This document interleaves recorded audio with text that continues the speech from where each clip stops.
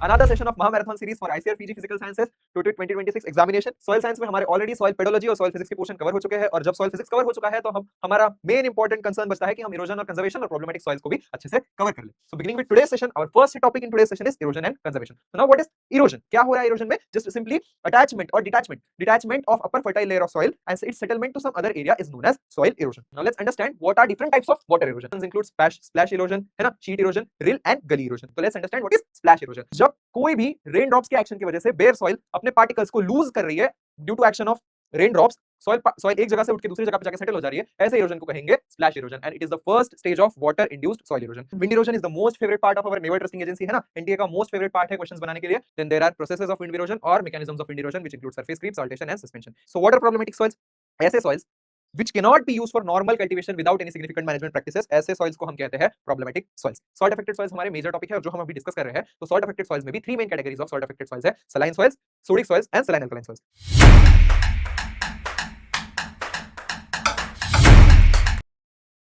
So hello and welcome again to the YouTube channel of AgriAddict, and here we are back with another session of Mahamarathon series for ICAR PG Physical Sciences to 2026 examination, है ना। Soil science में हमारे already soil pedology और soil physics के portion cover हो चुके हैं और जब सॉइल फिजिक्स कवर हो चुका है तो हम हमारा मेन इंपॉर्टेंट कंसर्न बचता है कि हम इरोजन और कंजर्वेशन और प्रॉब्लमेटिक सॉइल्स को भी अच्छे से कवर कर ले, है ना। So this session is going to be a recording session, but recording session है, इसका मतलब इसमें कोई भी कंजूसी नहीं करनी है। इस वीडियो को स्टार्टिंग से लेके अंत तक पूरा देखना है बिकॉज मैराथन सेशन में कंसेप्ट्स के साथ साथ क्वेश्चंस भी कवर कराऊंगा, है ना। ये एक ऐसा सेशन होगा जिसमें आपको पूरा in depth erosion, conservation and problematic soils के बारे में डिटेल में बता दिया जाएगा। इसके बाद आपको दूसरी कोई भी जगह से इरोजन, कंजर्वेशन और प्रॉब्लमेटिक सॉइल्स को पढ़ने की जरूरत नहीं पड़ेगी और यहां से ऐसे ऐसे क्वेश्चंस आएंगे क्योंकि recent past में there has been observed that in 2025 examination there were numerous questions based on acid soils, salt affected soils as well as erosion and conservation processes.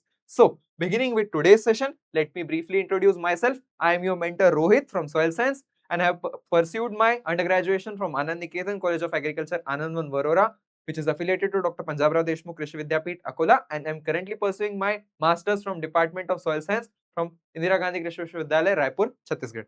So beginning with today's session, our first topic in today's session is erosion and conservation. So now what is erosion? Erosion is a process that involves the detachment of soil particles and their transportation from one location to another. क्या हो रहा है erosion में? Just simply attachment or detachment of upper fertile layer of soil and its settlement to some other area is known as soil erosion. It is the transportation from one location to another and their eventual deposition anywhere. So this phenomenon involves 3 basic steps: detachment, transport and deposition. याद रखना है कि किसी भी erosion फेनोमेनॉन के 3 important processes होंगे: detachment,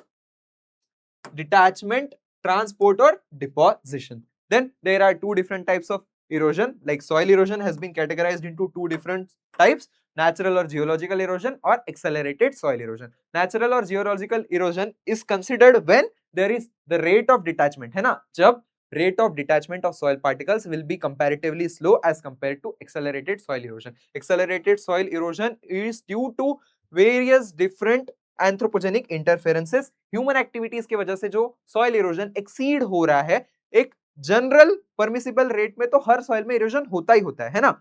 अगर कोई सॉइल है, कोई नॉर्मल सॉइल कंडीशन है, तो उसमें इरोजन प्रैक्टिसेस होंगी due to normal weather conditions, wind conditions, water effect and various different phenomenas. Natural geological slow rate of erosion is permissible, but accelerated erosion is when it is due to anthropogenic human activities and it is the major reason for soil degradation.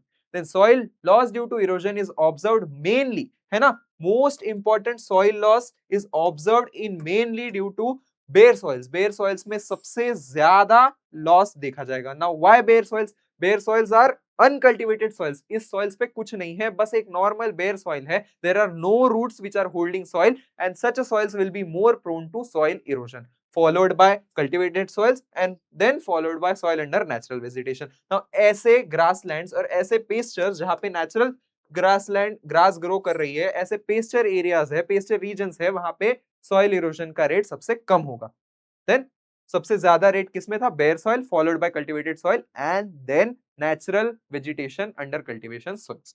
तो ऐसा है हमारा rate of degradation. Then we are going to see water erosion. The most important process under erosion is water erosion.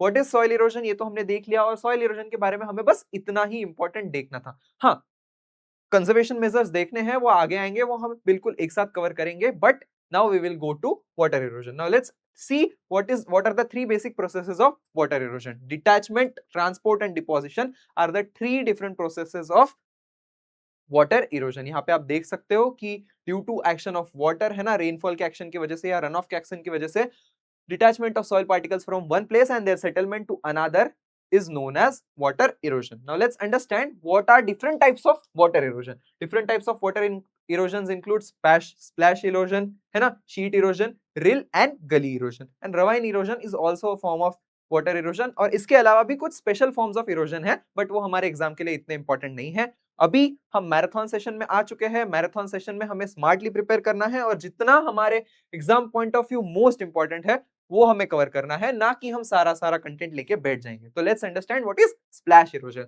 Splash erosion is a simple first stage of water induced erosion when the falling rain drops carry bare soil along them, है ना। What is splash erosion? जब कोई भी rain drops के action की वजह से bare soil अपने पार्टिकल्स को लूज कर रही है due to action of rain drops, soil एक जगह से उठ के दूसरी जगह पे जाके सेटल हो जा रही है, ऐसे इरोजन को कहेंगे splash erosion, and it is the first stage of water induced soil erosion. Then falling rain drops act like small bombs on bare soil, breaking soil aggregates. Soil aggregates को break करके अपने साथ बहा ले जा रहा है rain drops, and hence it is known as splash erosion. अब एक इंपॉर्टेंट पॉइंट है यहाँ पे कि अ फॉलिंग रेन ड्रॉप, है ना, a falling rain drop can generate an energy equal to 14 times of its kinetic energy. मतलब जितनी भी एक रेन ड्रॉप की काइनेटिक एनर्जी होगी, उसके 14 टाइम्स वो अपने साथ कैरी कर सकता है। Then detach particles can rise up to 0.6 metre. ये एक इंपॉर्टेंट लाइन है। Detach particle can rise up to height of 6 metres and can travel horizontally up to 1.5 metre. Splash erosion में जितना भी पार्टिकल डिटैचमेंट होगा, जो भी पार्टिकल डिटैच होगा, वो 0.6 सेंटीमीटर की हाइट तक, 0.6 मीटर की हाइट तक ऊंचा उठेगा और 1.5 मीटर की हॉरिजॉन्टल हाइट तक आगे कैरी होगा। Then the impact of raindrop is due to breaking of aggregates, detachment of particles and their displacement by splashing. This was all about splash erosion. आप यहाँ पे देख सकते हो कि जैसे रेनड्रॉप्स सॉइल पे गिर रहे हैं, उसी के साथ साथ ये आगे कैरी हो रहे हैं और अलग जगह पे जाके डिपॉजिट हो रहे हैं। तो ये हॉरिजॉन्टल डिस्टेंस कितना होगा? 1.5 मीटर्स, और ऊपर उठने का डिस्टेंस होगा 0.6 मीटर्स। ठीक है, this is all about splash erosion. Then moving ahead we have sheet erosion. Sheet erosion is considered as the most important form of erosion for farmers. याद रख लो, it is known as farmers death और cancerous erosion for soil. These are very important terms in relation to sheet erosion. ये कहीं भी आके पूछे जा सकते हैं। ठीक है, what is sheet erosion? Then sheet erosion refers to gradual removal of soil in thin layers. जब किसी सॉइल मास में, यहाँ पे इमेज में पिक्चराइज करो कि जब किसी सॉइल मास में ऊपर की थिन लेयर, थिन की थिन लेयर पूरी की पूरी निकल के कहीं और जाके सेटल हो जा रही है due to action of flowing water, surface flow commonly affected by agricultural lands. जब ऐसा कोई इरोजन होगा कि फील्ड में से when there is removal of thin layer of soil from the entire surface of the field from one place to another due to surface flow, this type of erosion is known as sheet erosion. And the special feature of this erosion is that this type of erosion usually goes unnoticed. समझ में भी नहीं आता और हो भी जाता है, ऐसा खराब इरोजन है ना, इसीलिए this is known as farmer's debt. It results in loss of fine soil particles rich in nutrients, organic matter and humus rich layer is washed away during sheet erosion. The erosion process is so gradual that it often goes unnoticed, but long-term effect leads to large-scale loss of fertile soil. है ना? This erosion is known as farmer's debt, as fertile soil is lost and remain unnoticed. Runoff with a muddy appearance, है ना? Runoff with muddy appearance is a characteristic feature which indicates the loss of soil due to sheet erosion, है ना? When a thin impervious layer of soil is lost with water, this kind of loss of soil gives runoff a muddy appearance. Sheet erosion is most serious in red and black soil. It is very important in red and black soil mass. So moving ahead, we have rill erosion. Rill erosion is the third stage of water erosion, rill erosion occurs when surface runoff concentrates along small channels, है ना? जब small channels में surface runoff ऐसे concentrate हो जाएगा and Erode करेगा अपने साथ सॉइल को अनप्रोटेक्टेड लैंड में, such erosion is known as rill erosion. Rill erosion is an intermediate stage between sheet and gully erosion. Do not forget, it is an intermediate stage between sheet and gully erosion and it typically occurs in freshly tilled soil. ये ज्यादातर freshly tilled और overgrazed soils में होता है and it can result into gully erosion if this type of erosion is left unchecked, है ना? Then it is most common form of soil erosion by water. अगर सबसे common form कोई पूछे तो that is rill erosion. अगर सबसे serious कोई पूछे तो that is farmer's death or sheet erosion. Then it develops as a runoff water concentrates as depressions and it leads to formation of 30 centimeter deep and 50 centimeter wide rills. These are known as 30 centimeter depth and 50 centimeter wide. 50 centimeter wide and depth of 30 centimeter rills are formed due to rill erosion. देखो भाई, जितनी हम soil sampling के लिए depth लेते हैं उससे double की depth में अगर rill बन रही है तो क्या ये हमारे field के लिए अच्छा होगा? नहीं. Rills are intermittent and can be removed by tillage, है ना?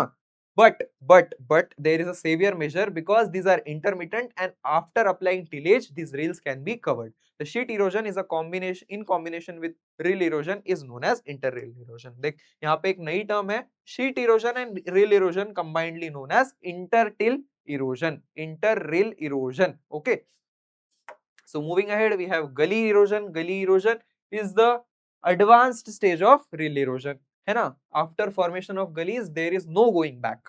ये ऐसा form of erosion है where surface channels deepen and widen beyond 50 centimeter. More than 50 centimeter of surface channels are formed. बड़े-बड़े channels, canals की तरह बड़े-बड़े channels form हो जाते हैं and such formation cannot be removed by normal tillage. This tillage, normal tillage cannot help this kind of erosion and these large channel fragment landscapes, disrupt farmlands, roads and landscape, making the land unfit for cultivation. If such a big gullies are formed in a field, will the field be able for cultivation? ऐसी field जिसमें इतने बड़े-बड़े channels हो, इतनी बड़ी-बड़ी gullies हो, क्या ऐसे field में cultivation possible होगा भाई? नहीं, ये तो पेड़-पौधे लगाने के काम में भी ढंग से नहीं आएगी. So gullies form when rills deepen and a cross-sectional area of 0.4 0.1 meter square or more is observed, है ना? Then stages of gully erosion include formation, development, healing and stabilisation. इसको इसी सीक्वेंस में याद रखना है. FDHS. FDHS should be kept in mind. Formation, development, healing and stabilization. It was a direct question asked in ICRPG previous years. Okay. Then erosion of gully sides and bottoms further contributes to sedimentation. Gullies obstruct farm machinery operations. अगर इतने बड़ी-बड़े groups अगर farm के बीच में बन जाएंगे तो very obvious there will be obstruction in mechanical operation and there will be various harmful impacts. Restored gully landscapes to mitigate land degradation and sedimentation. There are lots of effort required in geomorphology in order to restore the gully formed erosion lands.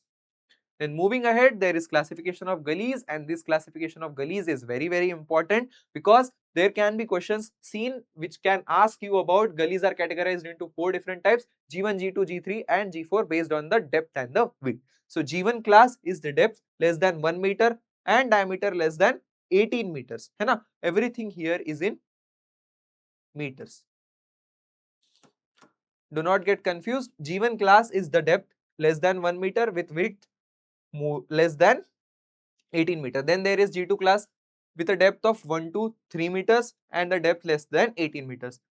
And then there is G3 class with 3 to 9 meters of depth and 18 meter width. And G4 class is when there is more than 9 meter of depth, है ना? Deep भी 9 meter है और wide भी 18 meters से ज्यादा है. More than 9 meters of depth and more than 18 meters of width. And slide slope in this case is more than 12 meters. Okay, 12% से ज्यादा slope हो जाएगा तो G4 गली हो जाएगी. Then there is another classification of gullies.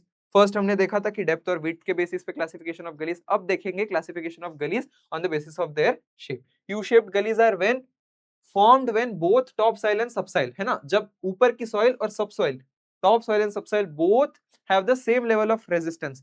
ऐसी soil जिसमें टॉप सॉइल भी रेजिस्टेंट है और सब सॉइल भी रेजिस्टेंट है, ऐसे केसेस में यू शेप्ड गली बनेगी, यू शेप्ड गली बनेगी, बिकॉज देखना यहाँ पे नियरली वर्टिकल वॉल्स है, दोनों साइड में वर्टिकल वॉल्स का डेवलपमेंट हो रहा है, बिकॉज यहाँ पे टॉप सॉइल भी रेजिस्टेंट थी और सब सॉइल भी रेजिस्टेंट थी, so ऐसे कंडीशन में यू शेप्ड गली बनेगी। So when V shaped gullies are formed, V shaped gully develop when sub soil has more resistance, है ना। देखो यहाँ की सॉइल मोर रेजिस्टेंट है इसलिए कम मूव हुई, और यहाँ की सॉइल ज्यादा परमिएबल थी, ज्यादा प्रोन थी इरोजन के, it was not much resistance, hence there is the formation of V shaped gullies, topsoil is lost more as compared to subsoil. And when trapezoidal soils are formed, when the gully bottom is made of more resistant material, bottom of this is made of more resistant material than the topsoil, below the bottom of the gully the subsoil layer has more resistance, इस bottom के नीचे resistance ज्यादा है, but from topsoil to this subsurface soil there was not much resistance, hence in that case trapezoidal gullies are formed. So just keep in mind, U-shaped gullies are formed when both topsoil and subsoil are prone to resist erosion, and V-shaped gullies are formed when topsoil is prone to resistance and bottom soil or subsoil is resistant to erosion. And trapezoidal gully is formed when bottom or the part lower to bottom is resistant to weathering. So this is the classification of gullies based on their shape. Then moving ahead, we have factors affecting soil erosion. Factors affecting soil erosion include climate, soil, topography, and relief. We are going to see every climatic factor which can affect erosion, which include rainfall characteristics, amount, intensity, distribution, and raindrop size. These play a major important role. As we have seen in sheet erosion, the velocity can generate about 14% of energy of its kinetic energy, which can carry out particles ahead. Then key variables include precipitation, है ना, climate के main important parameters क्या होंगे, precipitation, temperature, wind, humidity and solar radiation. Severe erosion occurs in subhumid and semi-arid regions after intense rains or dry on bare soil. Then there is soil. Soil is an important factor. Soil erodibility depends on physical, chemical, mineralogical as well as biological parameters, है ना. So let's see, the three important factors are infiltration capacity, structural stability and antecedent moisture. So silt content, if the soil or very fine silt or very fine sand fractions are very prone, है ना, if the clay is there, silt और sand fractions अगर किसी soil में होंगे, then that soil is more prone. अगर silt और sand का fraction ज्यादा है clay के comparison में, then that soil is more prone to with loss by erosion, because clay has the ability to hold soil particles, it has a colloidal property. Then the highly structured soils are resistant to erosion and are those with percentage of 0.25 to 0.50 mm of aggregates, है ना. 0.25 to 0.50 mm of aggregates will include clay particles definitely. Then a soil with fine tilt is more susceptible to erosion, है ना. When a soil is having tilt condition, अभी हमने देखा था कि real erosion is very prone to soils under tillage operations. So here we can see that soil with fine tilt is more susceptible to erosion conditions. And then a drier the soil, more the dry soil, more will be the erosion. A drier soil is generally more susceptible to erosion than wet soils. Then cracking soils with high swell shrink mechanism are also more prone to soils than the soils with high activity slays. ऐसे clays, ऐसे soils जिसमें swell shrink mechanism ज्यादा है as compared to clay soils are more prone to resistance. Then high ESP soils lead to low infiltration rate. Low infiltration rate will lead to high runoff, and hence these soils with high ESP will also be prone to resistance. Then we have vegetation. If the vegetation is low, है ना, अभी हमने देखा था कि bare soil में erosion सबसे ज्यादा था. So it acts as a protective layer by reducing erosion. How vegetation acts or serves a key role in reducing erosion? It just simply holds soil into its root binding, है ना, absorbing raindrop energy and reducing runoff. Yes, it is also acting as a conditioning material, है ना. अगर किसी soil पे ऊपर vegetation है और नीचे सॉइल है, तो it is directly not interacting with soil, it is first absorbing, the vegetation is absorbing the force exerted by the raindrop particles. Then it improves the soil aggregation and porosity and restricting soil movements through roots and plant residues. Then most important, अगर ये topography के बारे में confusion ना हो तो ही बेहतर रहेगा भाई. इसमें तो मुझे भी जब मेरे यूजी डेज में था तब भी कंफ्यूजन होती थी और अब भी कभी कभी होती है, लेकिन हमें इसको अच्छे से याद रखना है. समझेंगे कि टोपोग्राफी का क्या इफेक्ट होता है. अगर किसी भी लैंड का स्लोप हम 4 फोल्ड से, मतलब अगर 1 का स्लोप था उसको 4 कर देंगे तो उसके साथ साथ वाटर की वेलोसिटी डबल हो जाती है। Consider if we increase the land slope by 4 folds, the velocity is getting doubled. And doubling the velocity, if land slope is increased by 4 folds, the velocity is getting doubled, and after the velocity is getting doubled, erosive power increases by 4 times, whereas quantity of material increases by 32 times, and size of particle moves increases by 64 times, that is varies according to the sixth power. ये अगर समझ लो ना तो इसमें से आने वाला कोई भी क्वेश्चन गलत नहीं होगा। समझ लो कि अगर किसी भी लैंड का स्लोप 4 फोल्ड से बढ़ा दिया जाए तो उस पे से फ्लो होने वाली वाटर की वेलोसिटी डबल हो जाएगी।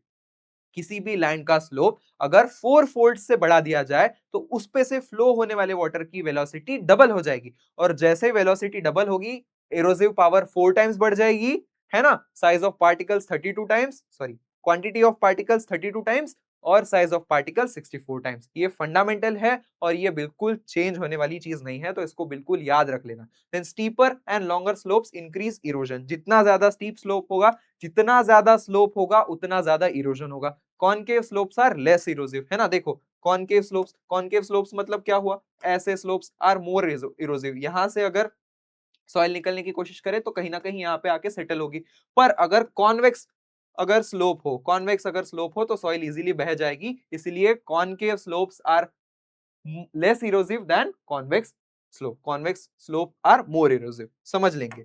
देन इफ अगर आपको ये कंसेप्ट, ये मैराथन सीरीज पसंद आ रही हो तो आप डेफिनेटली हमारा ICRPG मास्टर कोर्स भी विजिट कर सकते हैं। अगर आपको ये लगता है कि बस 20 दिन में क्या ही प्रिपरेशन होगी, ऐसा नहीं होता है भाई।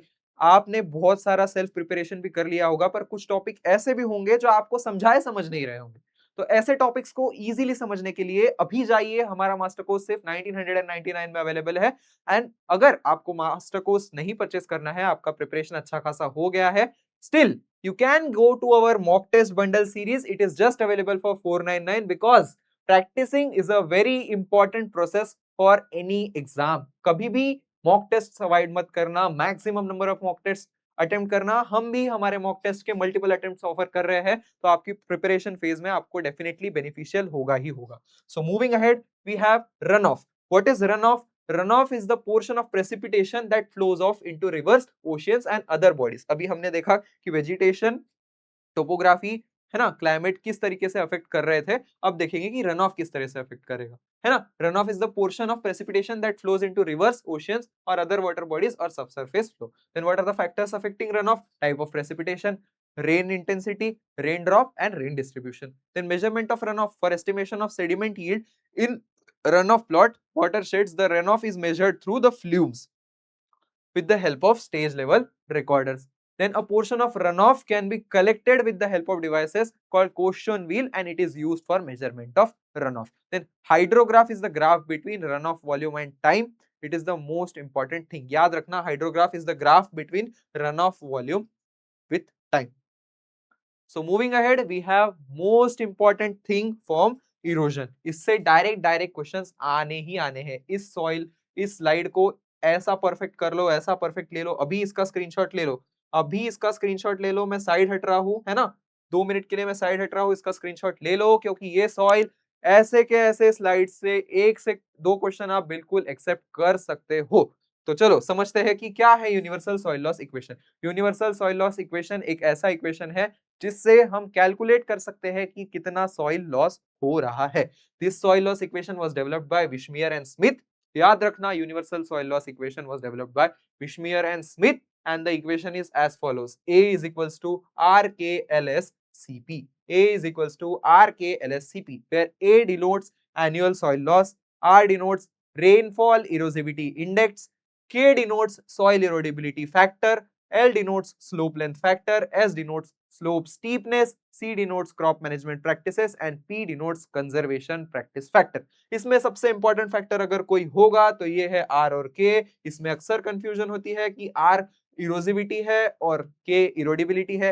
इरोजिविटी मतलब रेनफॉल का पोटेंशियल, कितने इंटेंसिटी से रेनफॉल अपने साथ सॉइल को कैरी कर सक रही है। इसका इरोजिविटी इंडेक्स मतलब रेनफॉल का potential, how potentially it can carry along soil particles. So R is rainfall erosivity, ability of rainfall to carry soil particles, and K is soil erodibility. Erodibility means soil की ability Erode होने की। Erodability is the factor that indicates soil's ability to get eroded. So K and R are two confusing factors. Do not forget, these are repeatedly asked in various agricultural examinations. Then application of universal soil loss equation.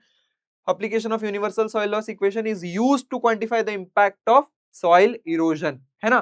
The result aids in implementing effective soil conservation practices. Effective soil conservation practices को apply करने के लिए हम universal soil loss equation की मदद लेते हैं. So समझेंगे कि ये सारे factors क्या है. R अभी हमने देखा था कि measures the erosive power of rainfall. कितने power से rainfall अपने साथ soil particles को carry कर पा रही है, that is known as rainfall factor. Then K is the erodability factor. It indicates the soil susceptibility. Soil कितनी prone है erosion के लिए, it will be indicated by K factor. Then LS slope length factor. जितनी ज़्यादा steepness उतना ज़्यादा erosion अभी हमने देखा था, तो slope length factor is also included. Then crop management practices है ना, हमने देखा कि bare land में ज़्यादा इरोजन होता है, तो वो भी हम देखते हैं कि कितना वेजिटेशन है, कितना नहीं है, सॉइल बेयर है या नहीं है. Then there is P factor, that is conservation practices. So these are all the factors which are included in universal soil loss equation given by Wishmeyer and Smith. Then moving ahead, we have soil erodability indices. Soil erodability indices इतने important नहीं है, लेकिन आप इस slide का screenshot ले लो, इसमें dispersion ratio और इरोजन इंडेक्स की वैल्यूज मतलब क्या है आप इसको समझ सकते हो. देन डिस्पर्शन रेशियो क्या होगा? Dispersion ratio is the ratio of silt plus clay in undispersed soil to that in dispersed soil. Dispersed soil और अनडिस्टर्ब सॉइल में सिल्ट और क्ले के रेशियो को कहते हैं डिस्पर्शन रेशियो. जितना ज्यादा डिस्पर्शन रेशियो का वैल्यू हाई होगा, उतनी ज्यादा सॉइल की इरोडेबिलिटी ज्यादा होगी, है ना? ठीक है, समझेंगे. Then clay ratio is ratio of sand and silt to clay. जितना ज्यादा क्ले रेशियो होगा, उतनी सॉइल की इरोडेबिलिटी ज्यादा होगी. बस इतना ही हमारे लिए इंपॉर्टेंट है, बाकी आप पढ़ के समझ सकते हो. हमारा मैराथन सेशन है, हम ज्यादा टाइम वेस्ट नहीं करेंगे.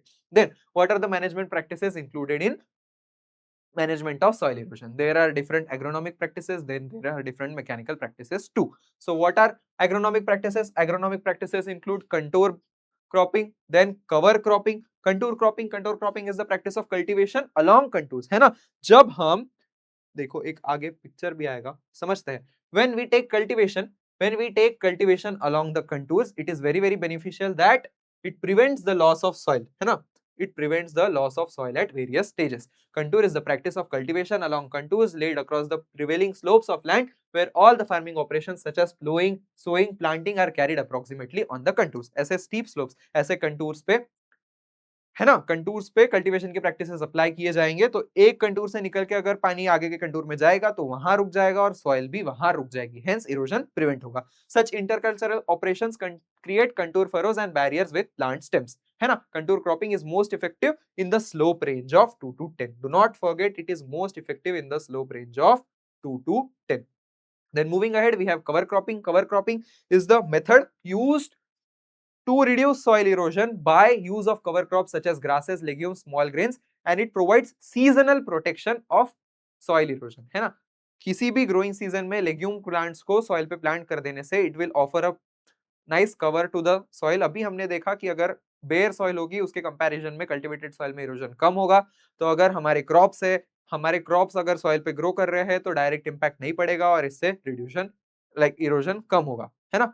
They must establish quickly and provide canopy cover. क्या कैरेक्टर्स होने चाहिए कवर क्रॉप के? ऐसे क्रॉप्स होने चाहिए जो क्विकली कवर इस्टेब्लिश करे और कैनोपी कवर सॉइल को प्रोवाइड करे. It should reduce soil erosion by preventing rain drop impact. ये तो हमने अभी देखा. So moving ahead, there is strip cropping. Strip cropping is the cropping method used to plant erosion resistant and erosion permitting crops in proper sequence, है ना. 2 rows एक specific ratio में, एक स्पेसिफिक डिसाइडेड रेशियो में erosion resisting और erosion permitting crops को जब हम ग्रो करते हैं, that method is known as strip cropping. So strip cropping में जो इरोजन प्रोन क्रॉप्स है, ऐसे क्रॉप्स है रूट क्रॉप्स, मेज, वीट, बाजरा और मिलेट्स. ये जो क्रॉप्स है they are prone to resistant, but erosion resisting crop includes fodder crops and legumes. So close growing crops act as barriers whereas this slow runoff and reduce the impact of soil erosion. And it is not required that even less than 3% of slope is essential. Less than 3% of slope is beneficial in strip cropping.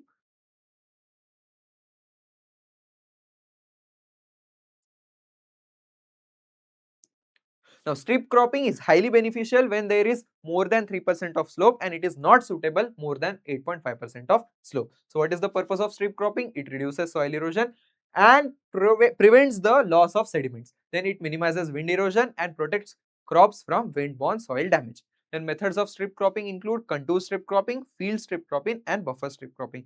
इसके इतने depth में हमें जाने की जरूरत नहीं है. अगर किसी को पढ़ना है तो आप स्लाइड का स्क्रीनशॉट ले लो और इसको अच्छे से पढ़ लेना. Then moving ahead, we have conservation tillage. Conservation tillage is any tillage operation that reduces soil water loss as compared to conventional tillage is known as conventional tillage. Conventional tillage में more than 30% of soil residue like crop residue is left on the field, है ना? We know conservation tillage में more than 30% of the crop residue is left on the field and its key component is retention of residue mulch, है ना? Residue, crop residue is acting as a mulch and it is preventing the loss of soil layer. Then it is increasing the random roughness and reduces erosion and runoff.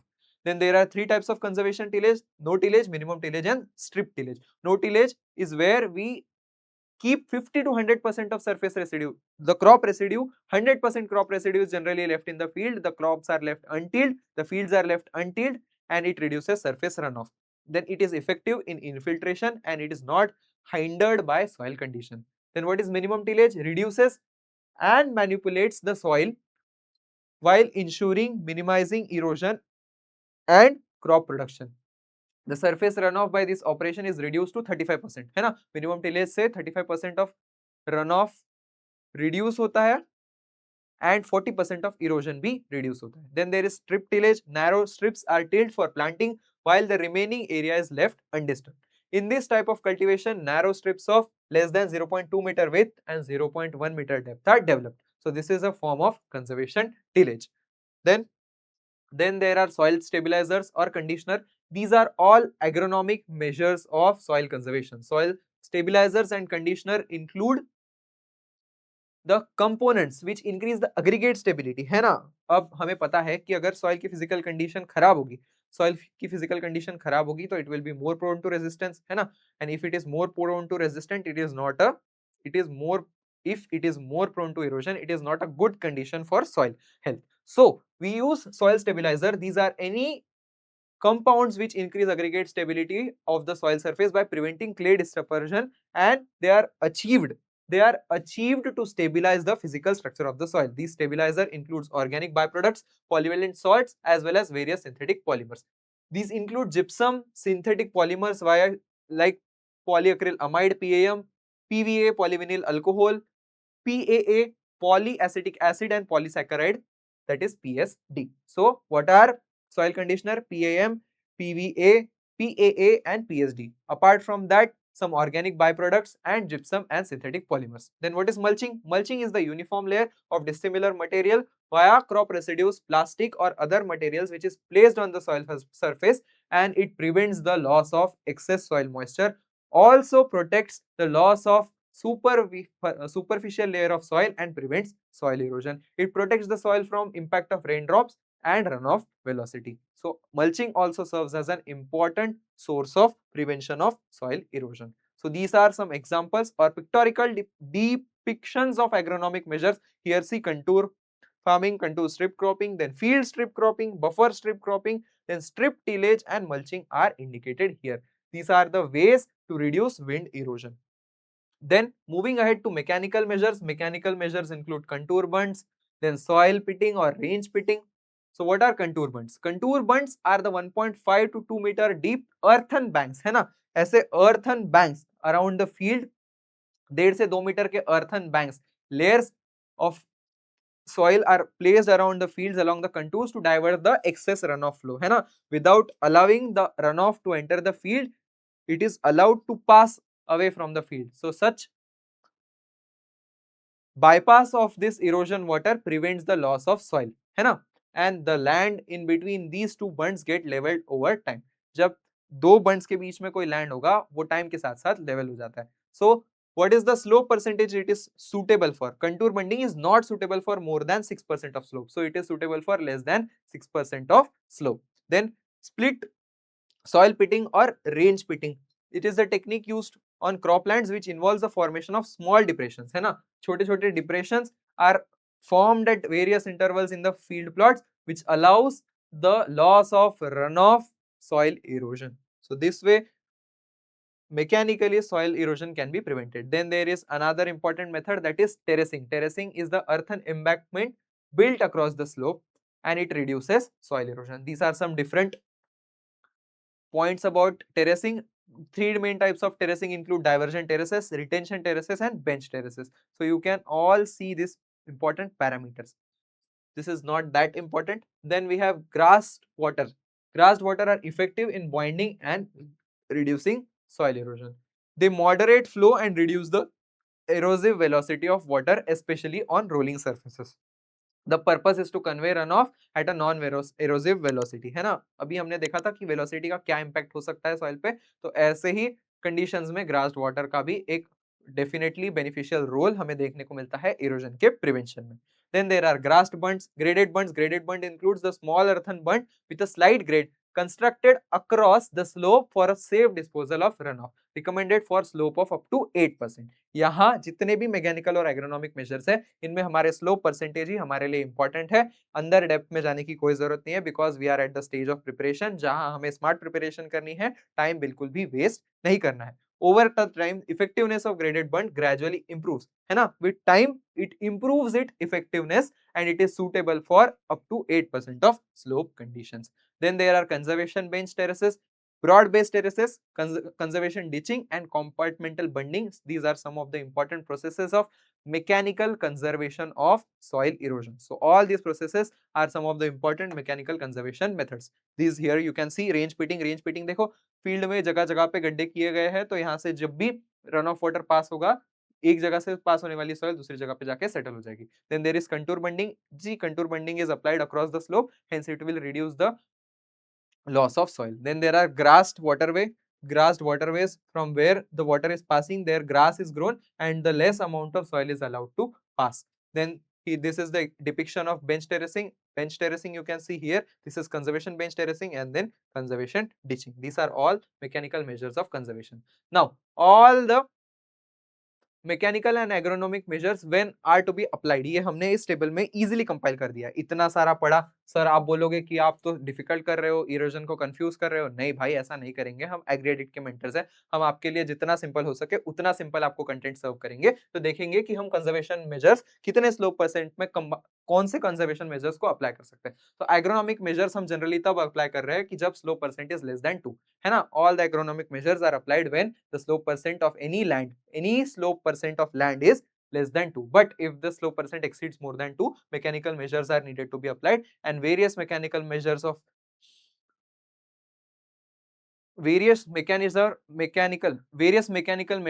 soil conservation are here mentioned according to their slopes. यहाँ सबसे important होगा हमारे लिए bench terracing का जो slope percent है, that is 16 to 33%. इसको याद रख लेना. देन देयर इज, ये तो हमने याद रखना ही रखना है. एग्रोनॉमिक मेजर्स कब अप्लाई करने हैं और मैकेनिकल मेजर्स कब अप्लाई करने हैं, ठीक है. It is very very important. Then also remember for contour terracing and compartmental bunding. जो सबसे मैक्सिमम हो और जो सबसे कम हो उसको याद रख लेना. और बेंच टेरेसिंग भी काफी एग्जाम्स में पूछा जा चुका है. सो 16 to 33% के रेंज में बेंच टेरेसिंग अप्लाई करी जाती है, इसको भी याद रख लेना है, ठीक है. आगे बढ़ेंगे. आगे हमारे पास है wind erosion. Wind erosion is the most favourite part of our National Testing Agency, है ना. एनटीए का मोस्ट फेवरेट पार्ट है क्वेश्चंस बनाने के लिए. And wind erosion is the detachment, transportation and redeposition of soil particles due to action of wind. Wind is the most common erosive force in arid and semi-arid regions as well as in low rainfall areas where the soil moisture is very low. Wind erosion is mainly due to strong wind power, low atmospheric humidity and high solar radiations. Then western and northeastern part of the country, especially Rajasthan, is highly vulnerable to wind erosion. ये चीजें तो हमें बताने की जरूरत ही नहीं है. Then desertification is the term coined by Aberwile. It is the process of conversion of productive land into unproductive as a result of either natural or human induced factor. Do not forget, desertification is an important term coined by Aberwile. It is the conversion of productive land into unproductive land due to action of natural or human induced processes. Then there are impacts of wind erosion. Wind erosion के कुछ significant impacts है, जैसे loss of fertility, crop damage, pollution and desertification. Desertification अभी हमने देखा था कि अबरवल ने coin की हुई एक term है, जिसमें अबरवल कह रहे हैं कि desertification is the process of conversion of productive land into unproductive land. Wind erosion is the major factor, है ना? Wind erosion is the major factor in desertification, and desert are expanding at a rate of 2 meters per year. ये fact भी हमें याद रखना है. Then soils, then loss of soil fertility, then finer particles are lost, and subsoil, exposing the subsoil. Exposing the subsoil is the main reason for the loss of fertility, because we know that the upper top soil, uppermost fertile layer of soil is lost due to erosion. Then soil's productivity is also reduced. Productive capacity of the soil is significantly reduced due to loss of upper superficial fertile layer, and coarser particles from the dunes rendering the fertile soils unfit for cultivation. Then there is crop damage and pollution are the important impacts of wind erosion.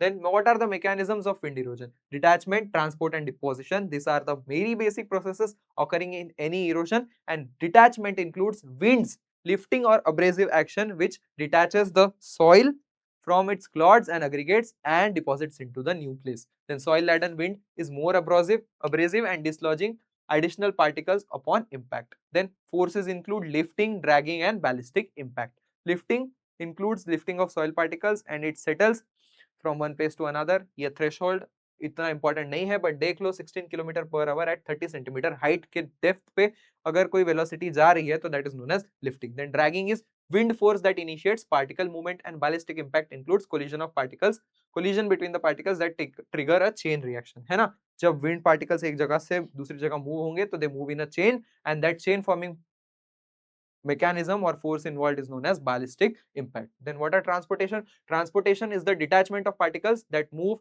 due to wind turbulence or velocity. So finer particles require high wind velocity, whereas larger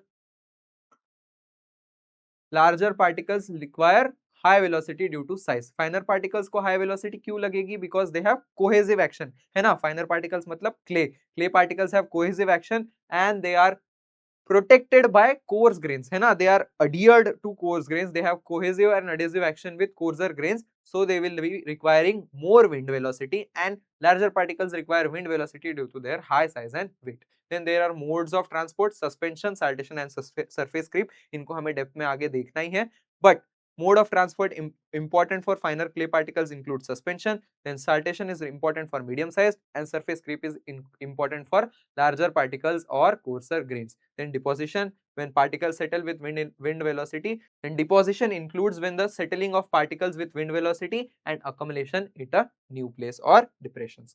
Then there are processes of wind erosion or mechanisms of wind erosion which include surface creep, saltation and suspension.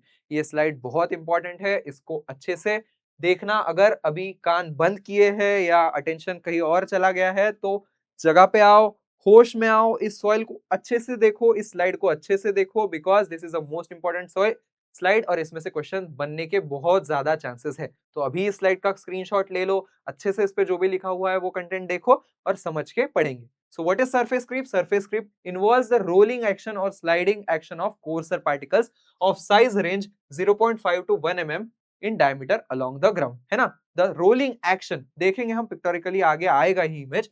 They have heavy particles are moved with kinetic energy forming saltating grains and direct wind pressure, accounting for about 5 to 25% of total wind erosion. Surface creep कितना proportion में contribute कर रहा है? 5 to 25%. Here coarser size particles are rolled down, ऐसे rolled down on the surface, rolling down on the surface. This phenomenon is known as surface creep. Then saltation includes the particle size, medium size particles of about 0.1 to 0.5 mm in diameter, and they move series, है ना? ऐसे jumps के form में saltation, है ना? saltatory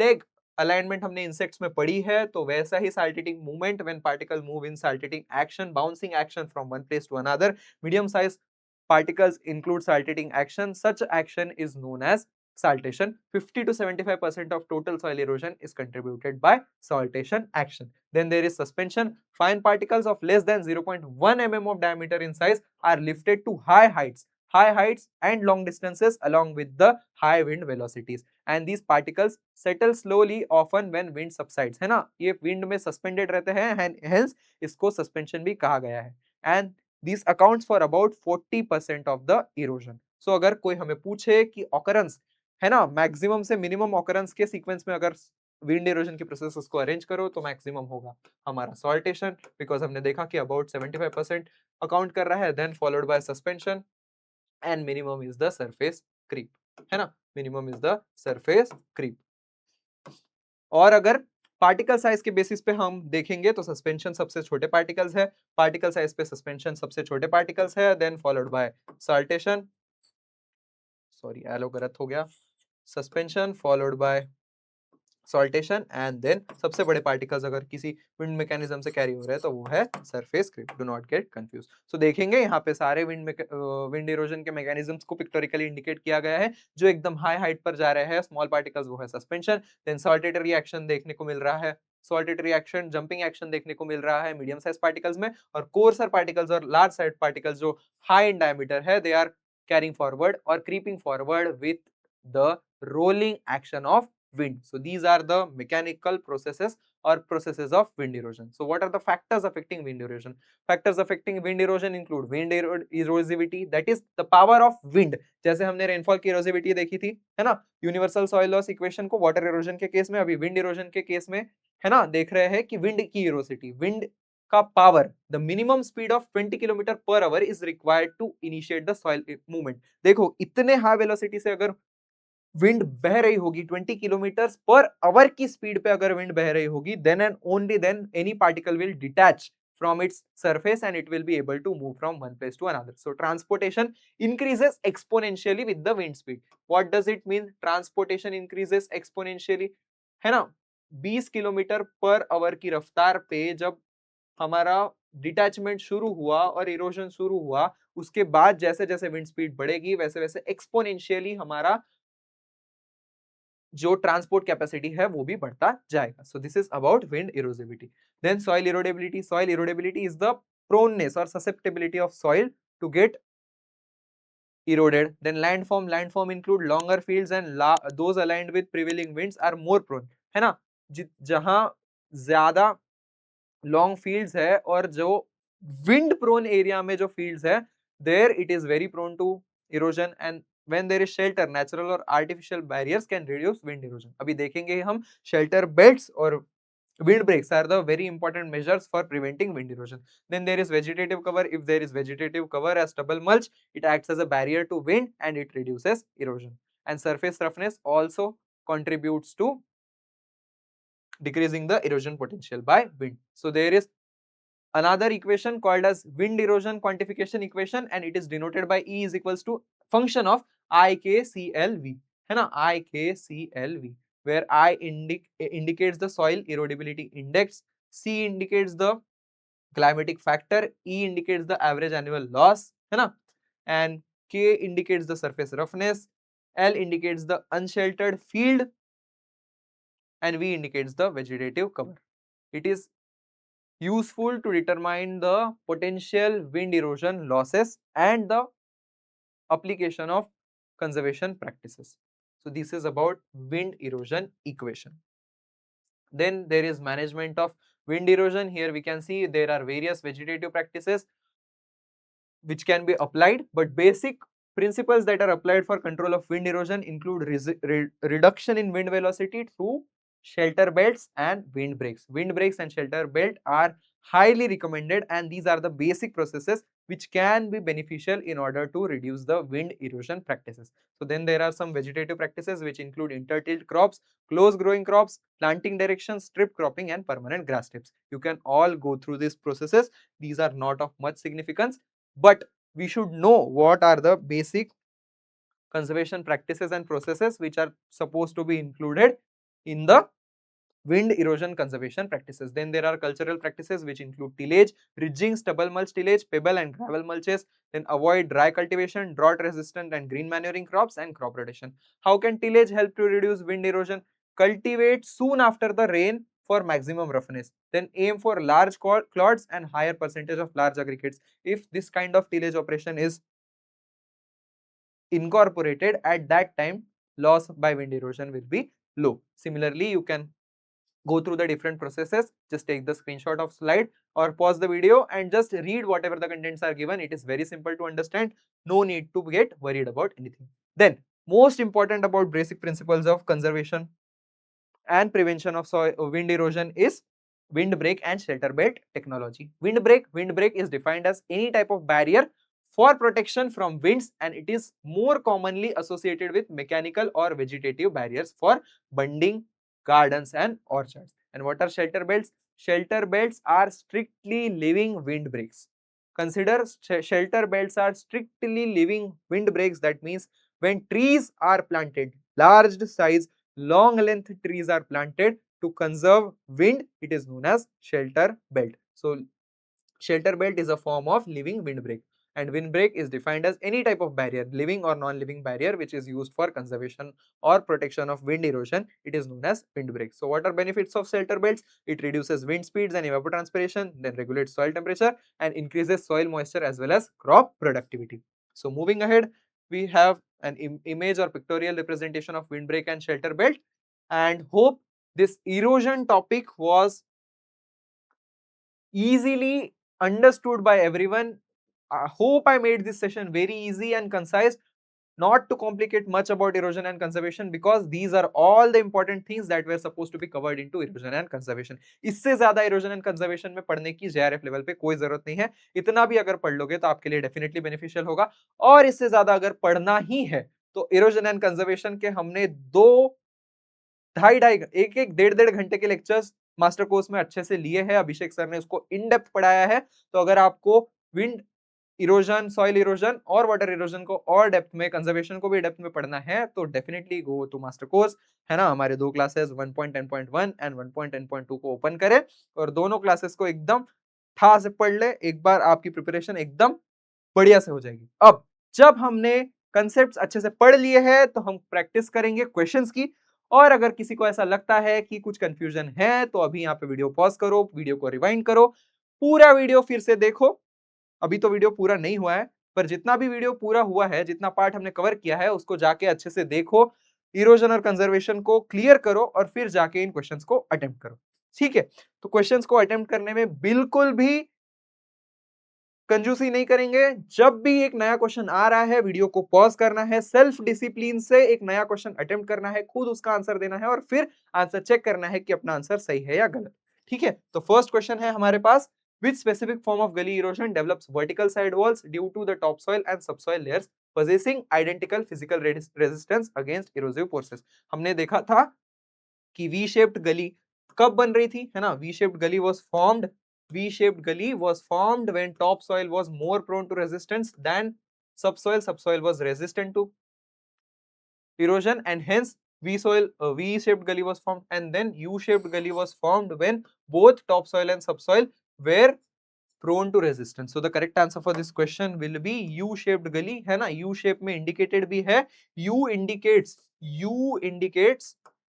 indicates both the horizontal equal vertical walls, है ना. Equal vertical wall formation due to prone topsoil as well as subsoil to erosion. Then we have next question. Next question is asking about which specific classification group does a gully fall under if its measured depth ranges between 1 to 3 meters and side slope is less than 6 meters. So we know that it will be category G2. As we have seen that in G1 category, the slope was less than 1 meter. Then moving to the next question, we have some important conservation measures, है ना, important mechanical conservation measures and their associated slope percentage given in the match the following columns. So we know that bench terracing was applied at 16 to 33% of slope. So D का 1 किस option में है? D का 1 is in 2 options. Then we also saw that contour bunding was favorable up to 6 to 10%. So B का 4 और D का 1 सिर्फ एक ही ऑप्शन में है, that is option 2. So the correct answer for this question is option 2. ठीक है, अगर इसमें कुछ डाउट हो तो फिर से वापस जाना, वीडियो को रिवाइंड करना और अच्छे से देख लेना, सारा कंसेप्ट क्लियर हो जाएगा, ठीक है। Then we have next question are the definition of splash sheet, rill and gully erosion and their associated characteristics. So what is a splash erosion? Splash erosion is the first stage of wind erosion, है ना। हमने देखा था कि splash erosion is the first stage of wind erosion. Then there was sheet erosion. Sheet erosion is also known as farmer's death. Then reel erosion. Reel erosion is advanced stage,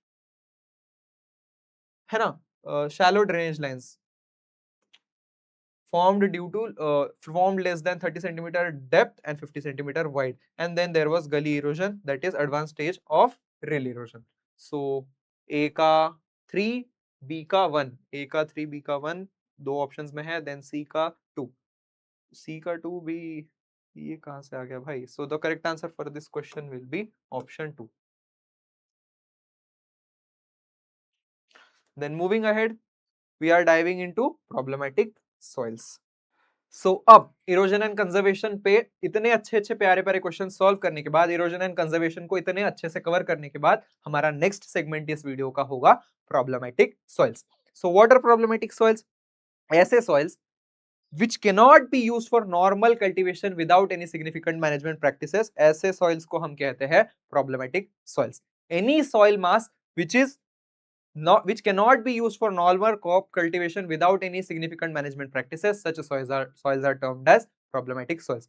Problematic soils are of three major types: salt affected soils, acidic soils, and submerged soils, of which salt affected soils and acidic soils we will be covering in today's session, and submerged soils are separately dealt in soil chemistry lecture by Ronak sir. So salt affected soils के साथ हम जाएंगे. First major type of salt affected or problematic soils is saline or alkaline soil. Some amount of salt is always present, है ना. कोई भी soil biomass हो, कोई भी सिस्टम हो, उसमें कुछ ना कुछ अमाउंट में सॉइल में सॉल्ट होना ही होना है. But when the salt exceeds the normal concentration and it is increased beyond certain limits, it adversely affects the plant growth. How will it adversely affect the plant growth? कब होगा? जब soil में salt concentration बढ़ जाएगा. It will reduce, है ना, it will reduce the, like, it will impart an indirect effect on plant roots. It will reduce the efficiency of roots by increasing the osmotic potential. और जब osmotic potential soil का roots में बढ़ जाएगा, then it will be a significant problem. If there is a adverse osmotic potential in the root surface, in the subsurface of soil, then it will be a source of problem in the soil, and hence soil salinity and alkalinity is of a problem. Such soils with high concentration of salt are termed as salt affected soils, and the extent of soil salinization or solidification depends on the type of clay, amount of salts, their relative abundance in the soil, their degree of solubility, and the effect of soil pH. So what are the most common salts that are found in the soil? Chlorides, sulfates, carbonates, and bicarbonates are the important salts of calcium, sodium, and magnesium, which contribute to soil salinity, and small amount of potassium salts and gypsum is also found to add the soil salinity and alkalinity effect. So let's simply understand the distribution of salt affected soils. More than 800 million hectares of land is estimated to be salt affected, and of which 7 million hectare of land is in India. World में 800 million hectares का land है जो salt affected है, और जिसमें से 7 million hectares of land is observe to be in India, which is salt affected. It is saline and alkaline soils. The state of Gujarat and Uttar Pradesh in India have the largest amount of salt affected soils as per CSSRI Karnal Haryana. So what is CSSRI? CSSRI stands for, comments में इसका answer जरूर देंगे, है ना. देखो भाई, इस stage पे प्रिपरेशन के अगर वीडियोस पे कमेंट नहीं करोगे ना, बहुत बुरा होगा. याद रख लो, मेंटर हूं मैं, मेंटर बोल रहा है, लिखना पड़ेगा. What does CSSRI stand for? It is very important कि हम जनरल एग्रीकल्चर में इंस्टीट्यूट्स के भी क्वेश्चंस पढ़े, और ऐसे ही प्रिपेयर अगर करते रहेंगे तो हमारी रैंक डेफिनेटली अच्छी आएगी ही आएगी. बिकॉज एक रैंकर वही होता है जो हर कॉर्नर से प्रिपरेशन को अच्छे से प्रिपेयर करता है, और हमें पता है कि हमारे एग्जाम में 25% पार्ट हमारा जनरल एग्रीकल्चर से आने वाला है, और जनरल एग्रीकल्चर के सबसे फेवरेट क्वेश्चन है इंस्टीट्यूट्स के नाम. तो इंस्टीट्यूट्स के नाम हमें बिल्कुल पता होने चाहिए. तो CSSRI का फुल फॉर्म जो कुछ भी होगा, जो भी कमेंट में कर देगा, उसकी डेफिनेटली रैंक अच्छी ही आएगी.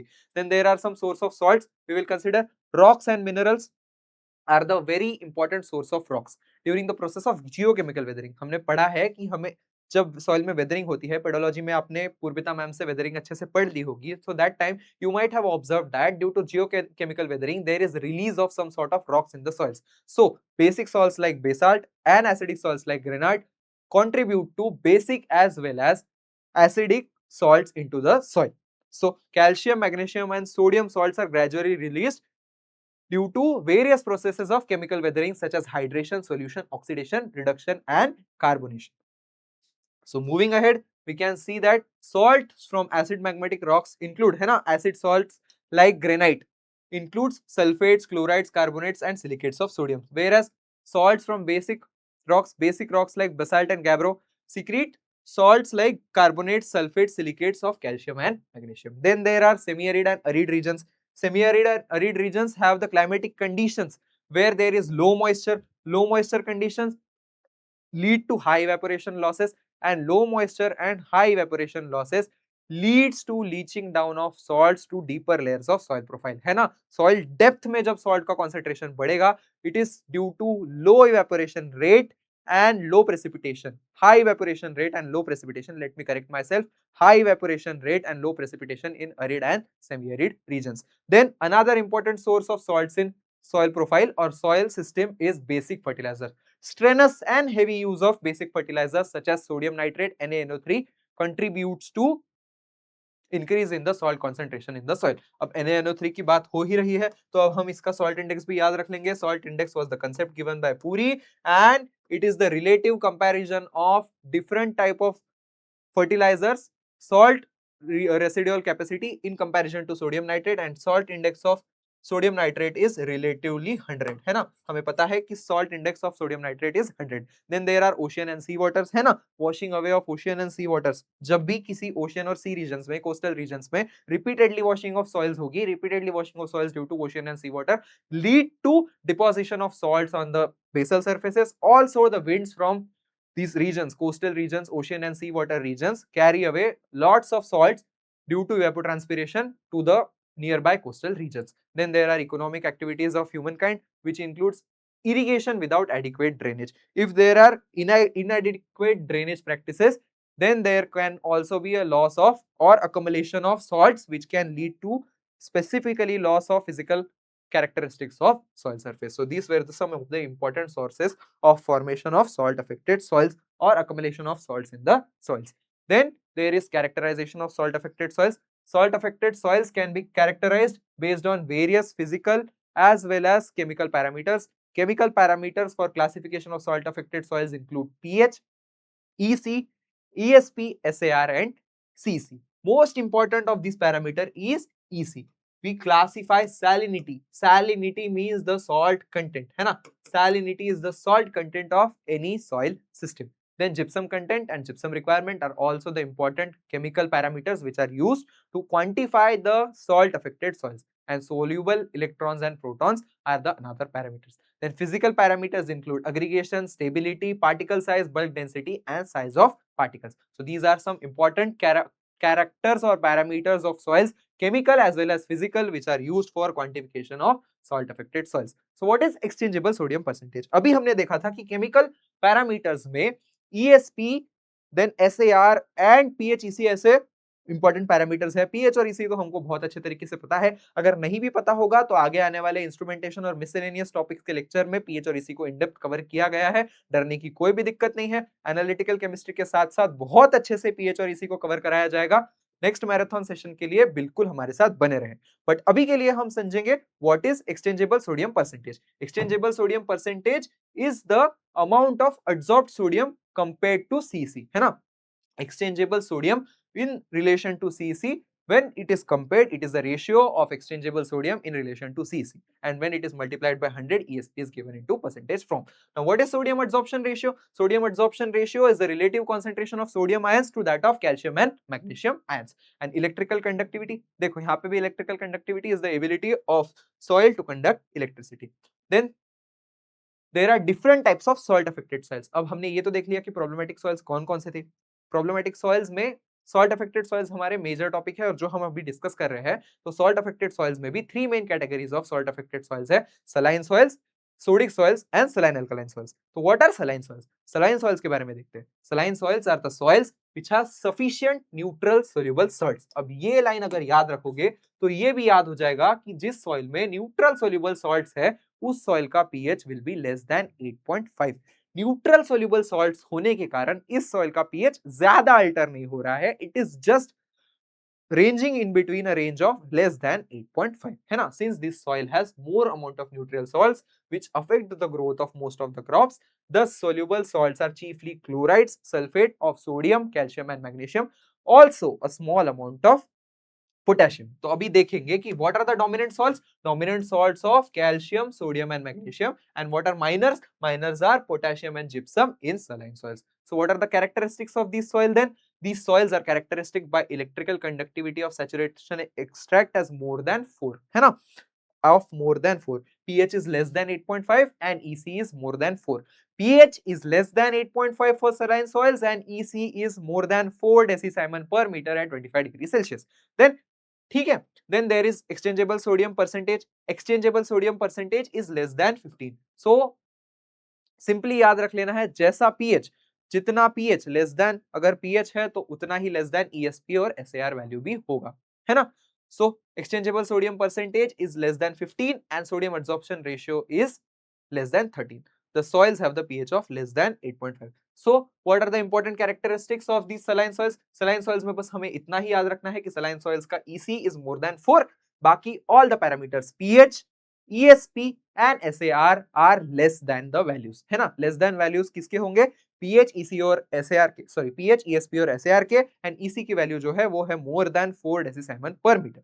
So what is the value of ESP? ESP is less than 15 and SAR value is less than 13 in saline soils. Because of excess presence of salts and low amount of sodium ion on exchange surfaces. अब इसका reason क्या है? What is the reason of ESP and SAR being less than 13 and 15? So let's see. Because of presence of excess salts and low amount of sodium. Since sodium low है ना, sodium absorption ratio हमने अभी देखा कि it is the concentration of relative concentration of sodium to that of calcium and magnesium. तो अभी हमने देखा कि इसमें डोमिनेंट सॉल्ट्स है सोडियम, कैल्शियम और मैग्नीशियम, और अमॉन्ग दीज भी डोमिनेंट सॉल्ट्स अगर कोई होंगे तो वो है कैल्शियम और मैग्नीशियम के salts as compared to sodium. So they have excess salts of calcium and magnesium as compared to sodium, and hence ESP and SAR values of this soil is less. So these soils are usually found in flocculated states. अब sodium कम है, we know that sodium calcium और magnesium के comparison में कम है, और calcium अगर dominate कर रहा है तो कैल्शियम एक फ्लोक्यूलेटिंग एजेंट है, तो these soils will be flocculated conditions and they have permeability of equal or higher than that of normal soils, है ना. So इन soils को कुछ अलग अलग नामों से अलग अलग स्टेट्स में क्वांटिफाई किया जाता है. जैसे saline soil will be called as Thur, Thur in Punjab, Reh in Uttar Pradesh and Luni in Rajasthan. याद रखना कि saline soils are known as Thur in Punjab, Reh in Uttar Pradesh and Luni in Rajasthan. Salinization is the process.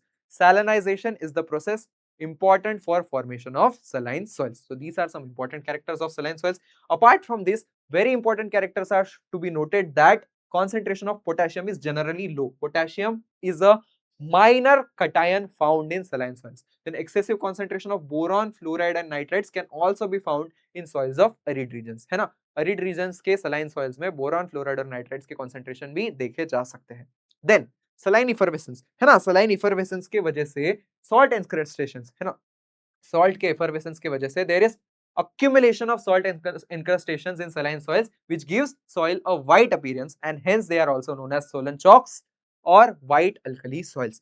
Do not forget, saline soils are also known as white alkali soils and Solon chalks due to their white salt incrustations and white appearances. Okay, so moving ahead, this was all about saline soils.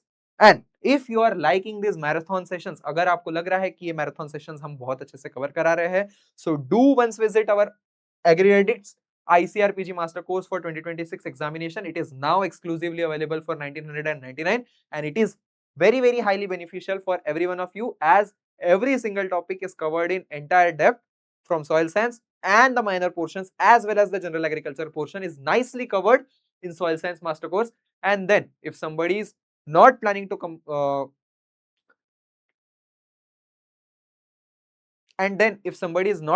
buy the master course, they have already self prepared for the exam, They can also go for mock test bundle. Mock test bundle is beneficial for highly practice based questions, and high amount of good quality questions are included in the mock test bundle. So moving ahead, we have to deal with sodic soils. Sodic soils, that means sod. Sod means sodium. So the soil will be dominant in high amount of salts of sodium. So soils contain salts capable of causing alkalinity hydrolysis.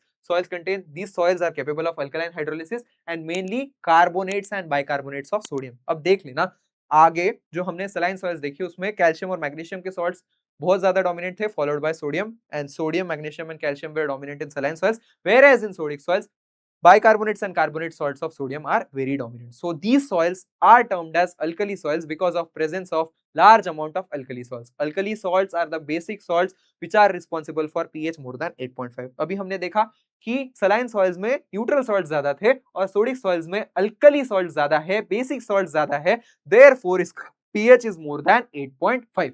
याद रखना saline soils का pH is less than 8.5 because it has neutral salts, whereas sodic soils का pH will be more than 8.5 because it has large amounts of alkali salts. Then what are the peculiar characteristics or important characteristics of sodic soils? Sodic soils have an EC of less than 4 decisimon per meter.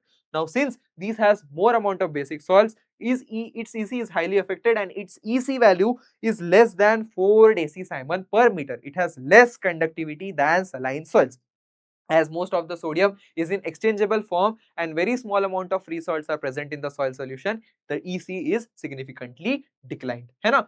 ESP values is more than 15 and SAR value is more than 13 as concentration of sodium in comparison to calcium and magnesium is high.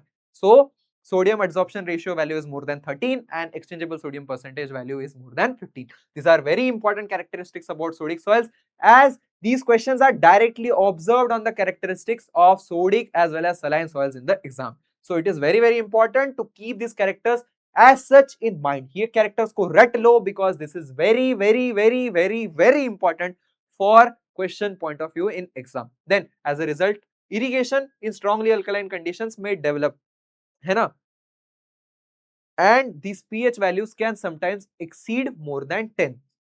So here we can see that pH values of sodic soils can be seen to exceed more than 10 due to irrigation. Then these soils are also known as Kalar in Punjab, Usar in Uttar Pradesh and Shar in Gujarat. Kalar, Usar and Shar are the names for sodic soil. Kalar, Usar and Shar are the names for sodic soil, and Thar, Runi and Leh are the names for saline soils. Do not get confused. Kalar, Usar and Shar. KKU.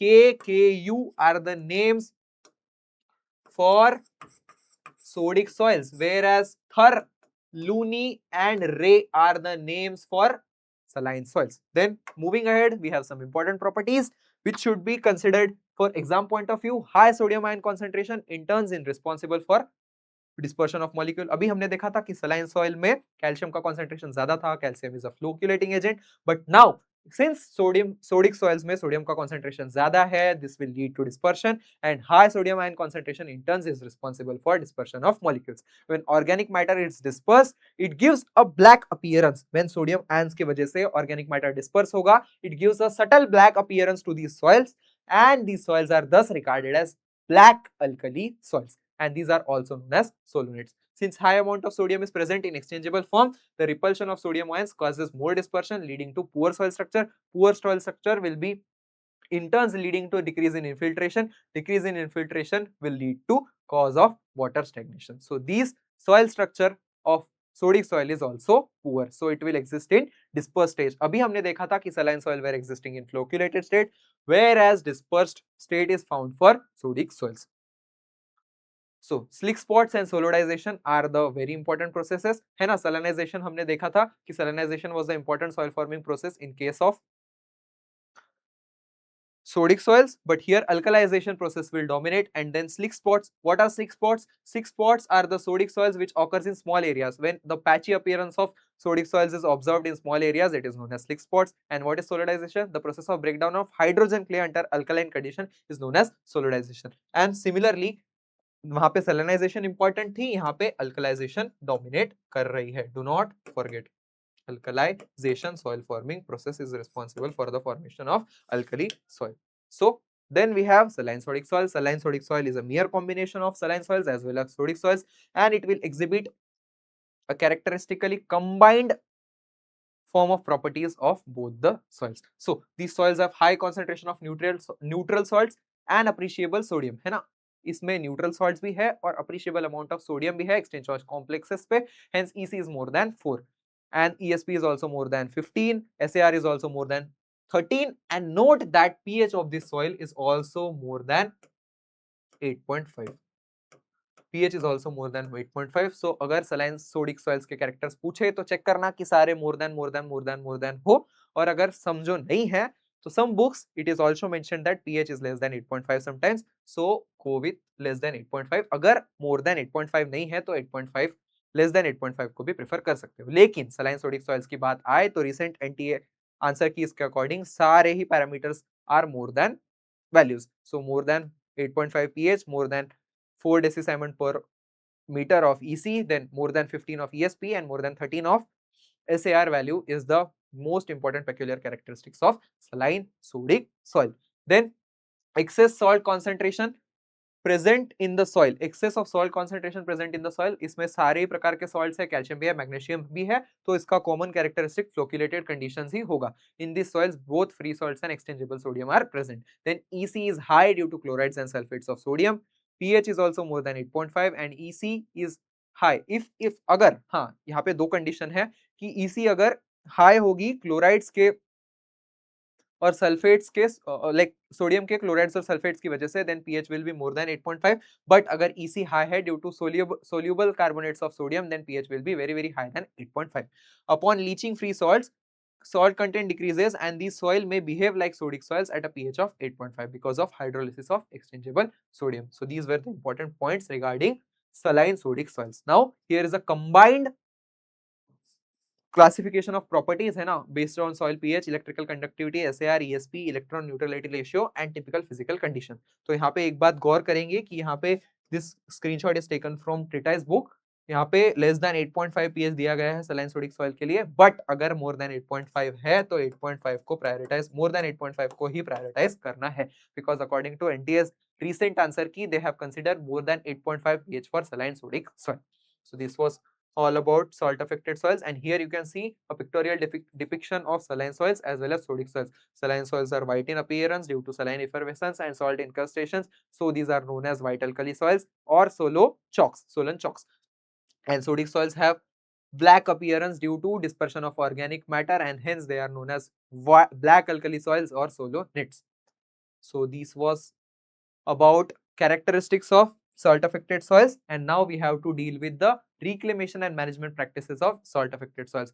Reclamation and management practices include physical reclamation. Physical reclamation will include deep plowing, profile inversion, subsoiling, flushing, scrapping are the different types of physical reclamation practices which can be included or incorporated in order to reclaim the salt affected soils. So physical reclamation methods include deep plowing, subsoiling, profile inversion, sanding, marling, flushing and scraping. What is deep plowing? Deep plowing or subsoiling is the inversion of upper layer and pouring it into the lower layers, mechanically breaking the impervious layer and cemented subsoil layer are intermixed, and thus salt concentration is somehow balanced due to physical deep plowing and subsoiling. Then what is profile inversion? It is employed in the situation where subsurface soil is relatively free of salts. ऐसे conditions में when subsoil is rich in salts and surface soil is somewhat less in salt amounts, so ऊपर की जो soil है उसको नीचे turn किया जाता है और नीचे की सॉइल को ऊपर ला दिया जाता है, तो सॉल्ट रिच सॉइल ऊपर आ गई और जो ऊपर की जो कम सॉल्ट वाली जो टॉप सॉइल थी उसको नीचे फ्लश इन कर दिया. इसके वजह से रूट कंटेंट्स में, रूट जोन में सॉल्ट का कॉन्सेंट्रेशन बैलेंस हो जाएगा and hence it will be of mere help of physical reclamation. Then there is sanding, incorporation of sand sometimes mix करी जा सकती है in order to improve the permeability and water retention in root zone. So sanding and marling are some important processes. Then there is flushing. Flushing involves washing away of the surface accumulated salts by flushing water over the surface. It is sometimes used to desalinize and having, it is sometimes used to desalinize the soils having surface salt crusts. And then there is scraping. Removal of upper salt incrustation and depositing into some other area is known as scraping.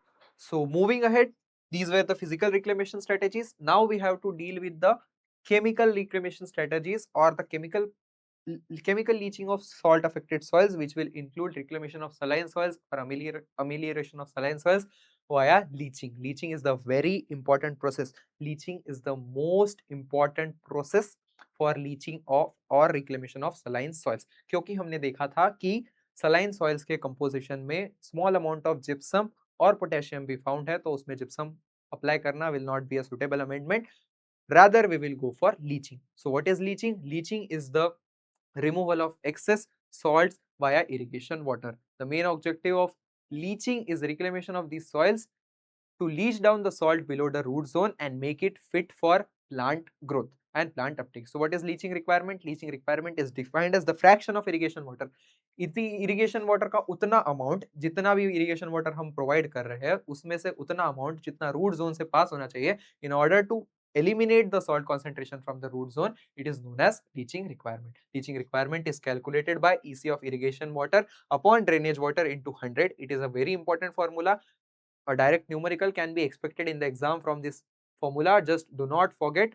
We will see that numerical in the next slide. See problem. Calculate the leaching requirement of irrigation water having electrical conductivity of 5 decisiemens per meter and electrical conductivity of drainage water as 10 decisiemens per meter. Very simple. We know the formula EC of irrigation water divided by EC of drainage water. So we will put 5 by 10 value into 100, that is 50%. So what is the interpretation? 50% of the irrigation water applied है ना, अगर 100 liter water अगर हम किसी field में apply कर रहे होंगे तो उसमें से 50 liters of water should pass through the root zone, pass through the rooting depth in order to successfully leach out the salts in the root zone.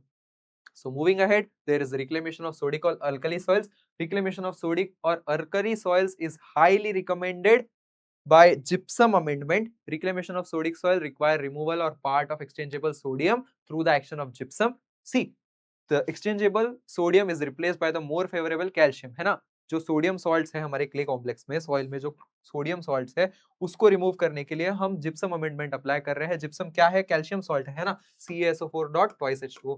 CaSO4 dot twice H2O जब हम apply कर रहे हैं किसी soils में तो ये calcium ion sodium ion को क्ले कॉम्प्लेक्स से रिप्लेस कर देगा और सोडियम ग्रेजुअली इरिगेशन वाटर के साथ लीच हो जाएगा. Hence gypsum amendment is recommended in sodic or alkali soil. Then these are some of the chemical reactions of gypsum. See, calcium sulfate when applied in soil, it removes it, like calcium takes place of sodium and sodium is leached out in the salt. Then gypsum application of gypsum is generally through broadcasting or it is incorporated through disc throw or by disking or blowing in the soil. Mixing limited quantities of gypsum in shallower depth is more beneficial than mixing more quantities of gypsum in deeper depths, है ना?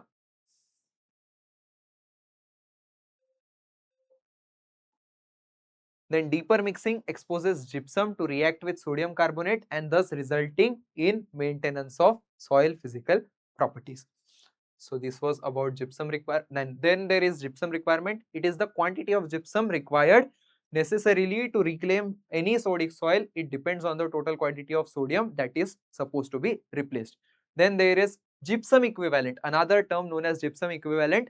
Like if 1 kg, like if 1 ton of gypsum is applied, instead of applying this 1 ton of gypsum, we can even apply elemental sulfur of 190 kgs, है ना, 190 kgs.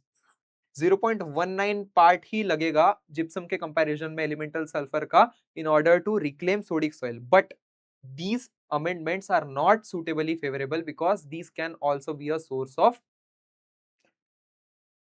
Generating acidity into the soil. क्या होगा? Sulphur, sulphuric acid, calcium chloride और limestone use करने से ठीक है हमारी एसिडिटी तो रिक्लेम हो जाएगी, बट सॉरी सोडिसिटी तो रिक्लेम हो जाएगी, but there can be a potential danger of generating acidity into the soil. So हमें सॉइल को सुधारना है, ना कि उसे और बिगाड़ना है. इस वजह से हम सुटेबली जिप्सम का अमेंडमेंट रिकमेंड करते हैं. जिप्सम के अलावा कैल्शियम कार्बोनेट का अमेंडमेंट भी रिकमेंड किया जा सकता है, लेकिन gypsum is a most economical amendment. और जिप्सम के कंपैरिजन में कैल्शियम कार्बोनेट का अगर अप्लाई करना हो तो अगर 1000 केजी जिप्सम लग रहा हो तो 580 केजी में ही हमारा कैल्शियम कार्बोनेट से काम हो जाएगा. बट लेकिन limestone is a expensive amendment as compared to gypsum. Hence gypsum is highly recommended for reclamation of sodic soil.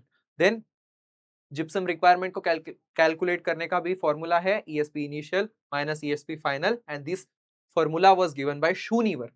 Schoonever gave the gypsum requirement formula.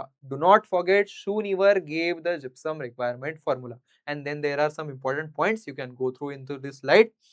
Then moving ahead, then there are different types of another type of problematic soil which has dominating calcium salt, है ना, which are known as calcareous soils, zonal soils of arid regions which contains sufficient amount of lime at surface horizons, and the pH of calcareous soils is usually above 7 and it may be high as 8.5, which may not be suitable for cultivation of ordinary field crops. So calcareous soil can also act as problematic soils sometimes. So these soils are high in lime and they are productive for some crops such as forage crops, cotton crops, sugar beet, potatoes and tomatoes. So such crops can be grown in calcareous soil.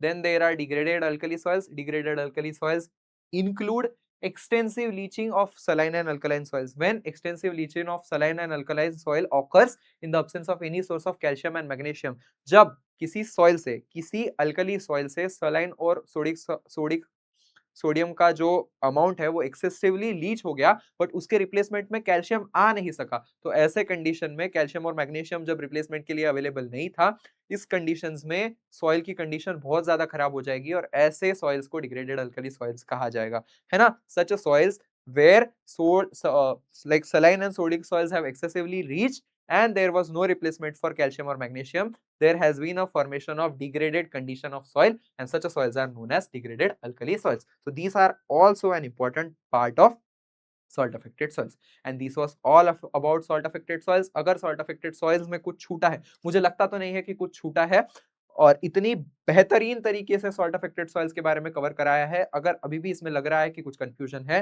तो अभी video को pause करो, वापस जाओ, फिर से शुरू करो और अच्छे से देखो और अभी अभी प्रॉब्लमेटिक सॉइल्स में सॉल्ट अफेक्टेड सॉइल्स का पार्ट क्लियर कर लो. इसके बाद इसमें कोई कंफ्यूजन होनी नहीं चाहिए क्योंकि टॉप नॉच तरीके से एग्रेडिक तुमको सब कंटेंट दे रहा है भाई. Then moving ahead we have acid soils. Acid soils में इन डेप्थ जाने से पहले हम समझेंगे कि जनरल कंसेप्ट ऑफ एसिड क्या है, एक एसिड क्या है और वो किस तरीके से कंट्रीब्यूट कर रहा है सॉइल के एसिडिक कंडीशंस में. An acid is a molecule that donates H plus ion, है ना. हमें पता है कि an acid is any molecule which donates S plus ion upon its interaction with polar solvent that is water, है ना. देखो HCl when reacting with water it is yielding H plus and Cl minus which is a H plus ion. Then CH3COOH, है ना, carboxylic acid group है CaOH, and when it is subjected to polar solvent it is yielding H plus and CH3COO minus ion, and H plus ions are the major contributors of acidity.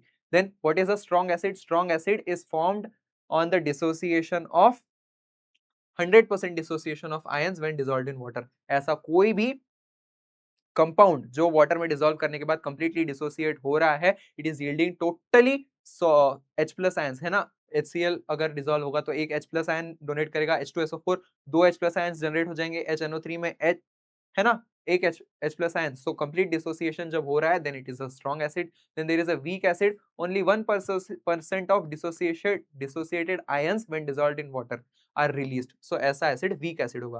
Then what is the Arrhenius concept of acid? An acid is a substance that dissociate in water to produce H plus ions. Then Bronsted concept, है ना, हमने हमारे class 12 में पढ़े हैं, plus 2 में पढ़े हैं कि there are some different concepts of acid and base. So उसमें से अरेनियस कंसेप्ट है कि जब when an ion is producing H plus ion upon dissociation with water it is known as acid according to Arrhenius. Similarly Brønsted और Lowry ने अपने theory में कहा था कि an acid is a hydrogen containing species and it donates a proton. An acid is a hydrogen containing species and it donates a proton. Then there is Lewis concept. An acid is a compound that accepts an electron pair. According to Lewis concept, an acid is a substance which is accepting an electron pair. So such examples are BF3 and AlCl3. So this was about general concept of acid. Now let's understand what is pH. pH is the negative logarithm of the hydrogen ion activity which is expressed in grams per mole per liter. So H2O when dissociated into H plus and OH minus ions gives dielectric constant of water Kw है ना, Kw की value क्या होगी when it is multiplied amount of H plus and OH minus ions in the water when multiplied with each other, it yields a constant value of 10 raised to the power minus 14, and this is considered in the consideration of pH. So pH is equals to 14 minus log to the base 10 of OH minus ion concentration, and this concept was given by Sorensen. Who gave the concept of pH? Concept of pH was given by Sorensen. अब समझते हैं कि किस तरीके से hydrogen ion concentration pH को affect कर रहा है. See, we have seen that pH is the negative logarithm to the base 10 of hydrogen ion concentration, और 14 minus log of OH minus concentration दोनों ही सिमिलर है, कुछ नहीं होगा डिफरेंस इसमें, because we know that hydrogen ion concentration plus oxy hydroxy like hydrogen ion और oxy hydroxy ions का कॉन्सेंट्रेशन टोटल मिला के 14 वैल्यू जनरेट कर रहा है. So 14 minus log of OH minus ions is equals to pH. Then how is this amount of hydrogen ions, H plus ions influencing the pH? See, here we can see that there are two concentrations. Concentration है ना, H plus ion concentration is 10 raised to the power minus 3 millimoles per meter, and then here it is 10 raised to the power minus 5 moles per liter. Here we can see that 10 raised to the power minus 3 is high amount of H plus ion concentration. कोई भी value अगर minus में होगी तो see here you can see 0.001 mole. 10 raised to the power minus 3 मोल पर litre अगर hydrogen ion का concentration है तो it will B 0.001 moles per litre. But here जैसे ही 10 raised to the power minus 5 जैसे ही पावर बढ़ी in negative form, the hydrogen ion concentration is released. So जितना कम hydrogen ion concentration होगा उतना कम हमारा पीएच होगा, ये हमें पता होना चाहिए. Low pH means high hydrogen activity है ना, जितना हाई हाइड्रोजन आयन कॉन्सेंट्रेशन, अगर यहाँ पे 0.01 होता तो हमारा पीएच 2 हो जाता. जितना ज्यादा हाइड्रोजन आयन एक्टिविटी उतना कम हमारा पीएच वैल्यू होगा, और जितना कम हमारा पीएच वैल्यू होगा उतनी ही ज्यादा हमारी एसिडिटी होगी. So this was all about basic concept of acid. Now let's understand what is an acidic soil. Soil which gives H plus ion into the soil solution and shows pH of less than 7 is known as acidic soil. ऐसी कोई भी soil which is yielding H plus ion into the soil solution and its pH is merely less than 7, it is termed as acid soil. From agricultural point of view, acid soils are categorized into 3 different categories: slightly acidic, moderately acidic, and strongly acidic. Strongly acidic is any soil which has a pH of less than 4.5. Then moderately acidic soil is the soil which is ranging in the pH range of 4.5 to 5.5, and then there is slightly acidic soil which is ranging in the pH of 5.5 to 6.5.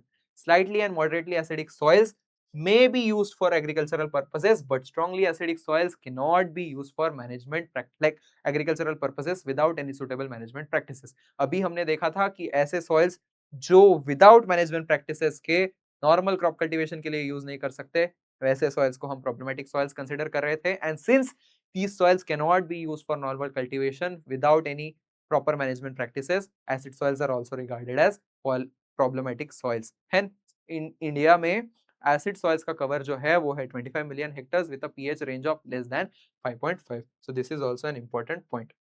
Then what are the important processes involved in the formation of acid soils? Some important pedogenic processes are involved in the formation of acidic soils, which include laterization and podzolization. Laterization at varying degrees, but podzolization in the areas of subtemperate to temperate climate where leaching is observed, है ना. Then marshy peaty conditions with significant amount of under decomposed and partly decomposed organic matter. Then intense leaching in light alluvial soil in high rainfall areas is another important parameter which is leading to formation of acidic soils. Then intense leaching in high alluvial soil, light alluvial soil in high rainfall areas having partly decomposed organic matter, and coastal regions are leading to acid sulfate soil formation. Inundation of seawater in lowland areas is an important parameter which is responsible for formation of acidic soil. Then moving ahead, there are some important activities which can yield into generation of acid soils, which include leaching due to heavy rainfall. When there is heavy rainfall, strenuous amount of rainfall, high amount of acidic anions are leached into the soil, which is leading to the formation of acid soils. Then there is humus and other organic compounds which are leading to formation of acidity. Then there is carbon dioxide concentration, then iron and aluminum oxide and polymers, then aluminosilicate minerals, acid forming fertilizers, and then acidic parent materials contribute to formation of acid soils. These are some of the important sources. Now, what is important for us? Important is some reactions in association with carbonic acid and organic acid, then oxidation of nitrogen and oxidation of sulfur and acid precipitation, which is leading to generation of acid soils. See here, you can see carbonic acid formation. Reaction of carbon dioxide with water is leading to generation of hydrogen ion at the end, which is significantly increasing the acid content in the soil. Then there is oxidation of nitrogen, that is addition of oxygen to ammonia. Ammonia will significantly lead to increased rise of hydrogen ions by the formation of nitrate anions. These reactions are, however, in equilibrium with each other, but still they can significantly contribute under favorable conditions in the formation of acid soils. Then oxidation of sulfur. Oxidation of sulfur also contributes to the release of H plus ions in the soil solution, and then acid precipitation is also an important reaction. These reactions can be considered for importance point of view for question forming areas. So moving ahead, we have another important contributing factor which is responsible for soil acidity, that is Al3 plus ion. H plus ion, Al3 plus ion as well as Fe2 plus or 3 plus ions contribute significantly to soil acidity, and hydrolysis of aluminium ion is very important process which significantly contributes to the soil acidity. Now we will see how. See, hydrolysis of hydrogen ion was a significant contributor, but apart from this, aluminium hydrolysis is also an important characteristic role player which is significantly increasing the soil acidity. So Al3 plus ion, when undergoes hydrolysis at a pH range of less than 4.7, at a pH range of less than 4.7 or 4.5, this reaction dominates, है ना? This reaction dominates in the pH range of less than 4.7 or 4.5. Then these two reactions, conversion of AlO2 OH2 plus ions to AlOH by 2 plus 1 ion and AlOH by 2 plus 1 ion to formation of aluminum hydroxide. This is a insoluble precipitate molecule. These reactions dominate in the pH range of less than 6.5, and then after 6.5 pH to 8 pH, these reaction dominates. So these reactions of hydrolysis of aluminium play a characteristically important role. Breakdown of aluminium ion in presence of hydrogen, in presence of water, plays a very characteristically important role by release of H plus ions in the soil solution and increasing the soil acidity. Then moving ahead, we have types of soil acidity. Types of soil acidity can be categorized into three different types: active acidity, potential acidity, and reserve acidity. Do not get confused. We measure only active part of soil acidity while measuring the pH. We measure only part of active acidity, only a part of active acidity while analyzing the pH values. Then there is active acidity, potential acidity, and residual acidity. So we will see what is active acidity. Active acidity is that portion of acidity which represents the hydrogen and aluminum ions in the soil solution. When the part of acidity is represented by the represented by the hydrogen and aluminum ions that are significantly present in the soil solution, that type of acidity is known as active acidity. Whereas exchangeable acidity represents the part of hydrogen and aluminum ions on the exchange size of clay colloids. They are present in the exchangeable forms on the soil colloids, and it represents the exchangeable form of acidity. Then reserve or non-exchangeable acidity, it represents the maximum portion of acidity which is present in fixed form in between the clay mineral lattices. So here you can see the pictorial depiction of active, reserve and exchangeable acidity in simpler format. So this was all about types of acidity, and then we have what are the ill effects, or why do we don't consider these acid soils for the cultivation practices. ऐसा क्या हो रहा है इन acid soils में which is not making it favorable for the cultivation. ये समझेंगे कि acid soils causes aluminium toxicity that can harm the root development. Then it causes phosphorus fixation and creates serious deficiency of phosphorus, हमने देखा था कि aluminium ions, iron ions है ना, Al and Fe ions are forming insoluble complexes with phosphorus, which is leading to the unavailability of phosphorus into the soil. This also creates iron, manganese, zinc and copper toxicities. Molybdenum and calcium deficiencies are also observed in acid soils. And then there are microbial transformation, because a lots of microorganisms cannot thrive well in acidic pH, and hence it is hampering the natural normal soil ecosystem. So acid soils are very required on high scale to be reclaimed, managed properly and grow crops significantly.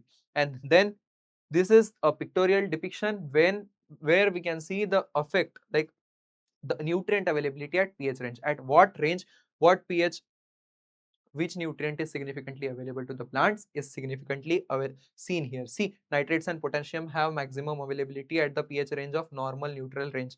Only few ions, see, aluminium, iron, manganese and zinc, which are showing toxicity effect. अभी हमने देखा था कि due to toxicity of these macronutrients, if these are present in high amount, this will be a potential reason of improper root growth and damage to the plant. See, copper and boron are available in slightly acidic conditions, whereas molybdenum, calcium ions are available in basic conditions. So अगर acidic condition होंगी तो calcium और molybdenum ion तो plant को मिलेंगे ही नहीं. Calcium is an important role player in structural functions and hence it will be very dangerous for the soil profiling. So this is an important chart. This nutrient availability and soil pH has a correlation. This can be depicted from this chart. This chart should be properly analyzed and memorized if possible, for exam point of view. Then what are toxicity of elements in acid soils? Aluminium toxicity. Aluminium toxicity is a very important toxicity which is seen in acid soils, which inhibits the root growth of plants. है ना? Due to toxicity of aluminium, root growth of plants is severely affected, and then it interferes with various physiological processes in the plants like cell division, respiration and DNA synthesis. It also restricts the uptake of calcium, phosphorus and water molecule. So due to aluminium toxicity, there is also ill effect on the soil. So this was all about acid soils. Hope acid soil का concept आपको बहुत अच्छे तरीके से समझ में आया होगा. अगर नहीं आया है तो फिर से वीडियो पॉज करो, रिवाइंड करो, फिर से एसिड सॉइल से प्ले करो और बहुत ही अच्छी तरीके से इस वीडियो को कवर करो. यहाँ पे देखो, अब हम उस स्टेज पे प्रिपरेशन के जहाँ पे हमें कुछ कॉम्प्रोमाइज नहीं करना है, एकदम पोटेंशियली सेल्फ डिसिप्लिन रहना है और ऑनेस्टली मुझे फीडबैक देना है एग्जाम से आने के बाद हर एक बच्चे ने कि सर पेपर कैसा गया. ठीक है. Then there are acid soils. Acid soils are also known as cat clays and kari soils. Cat clays and kari soils in Kerala. These are the different names for acid sulfate soils. Acid sulfate soils are naturally occurring soils or sediments that are formed under waterlogged conditions, and these have accumulation of sulfate ions in the soil.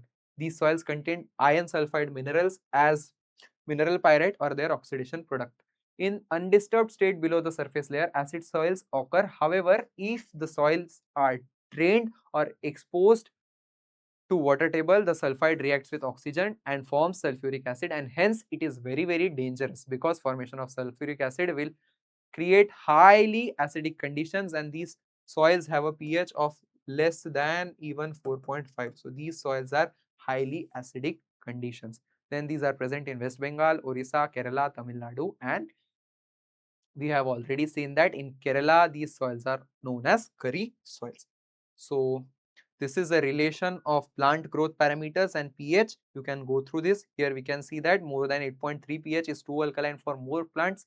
So neutral and alkaline pH is the only suitable category where most plants are able to thrive well and they are able to generate a suitable yield and growth. So here we have seen that soil pH has an important role in the growth and development of plant, suitable growth and development of plant, where most of the nutrient parameters are optimally consumed by the plants. Also, we have seen that in the reduced or in the low soil pH conditions, there is no uptake or availability of nutrient conditions. Hence, even low pH is also dangerous.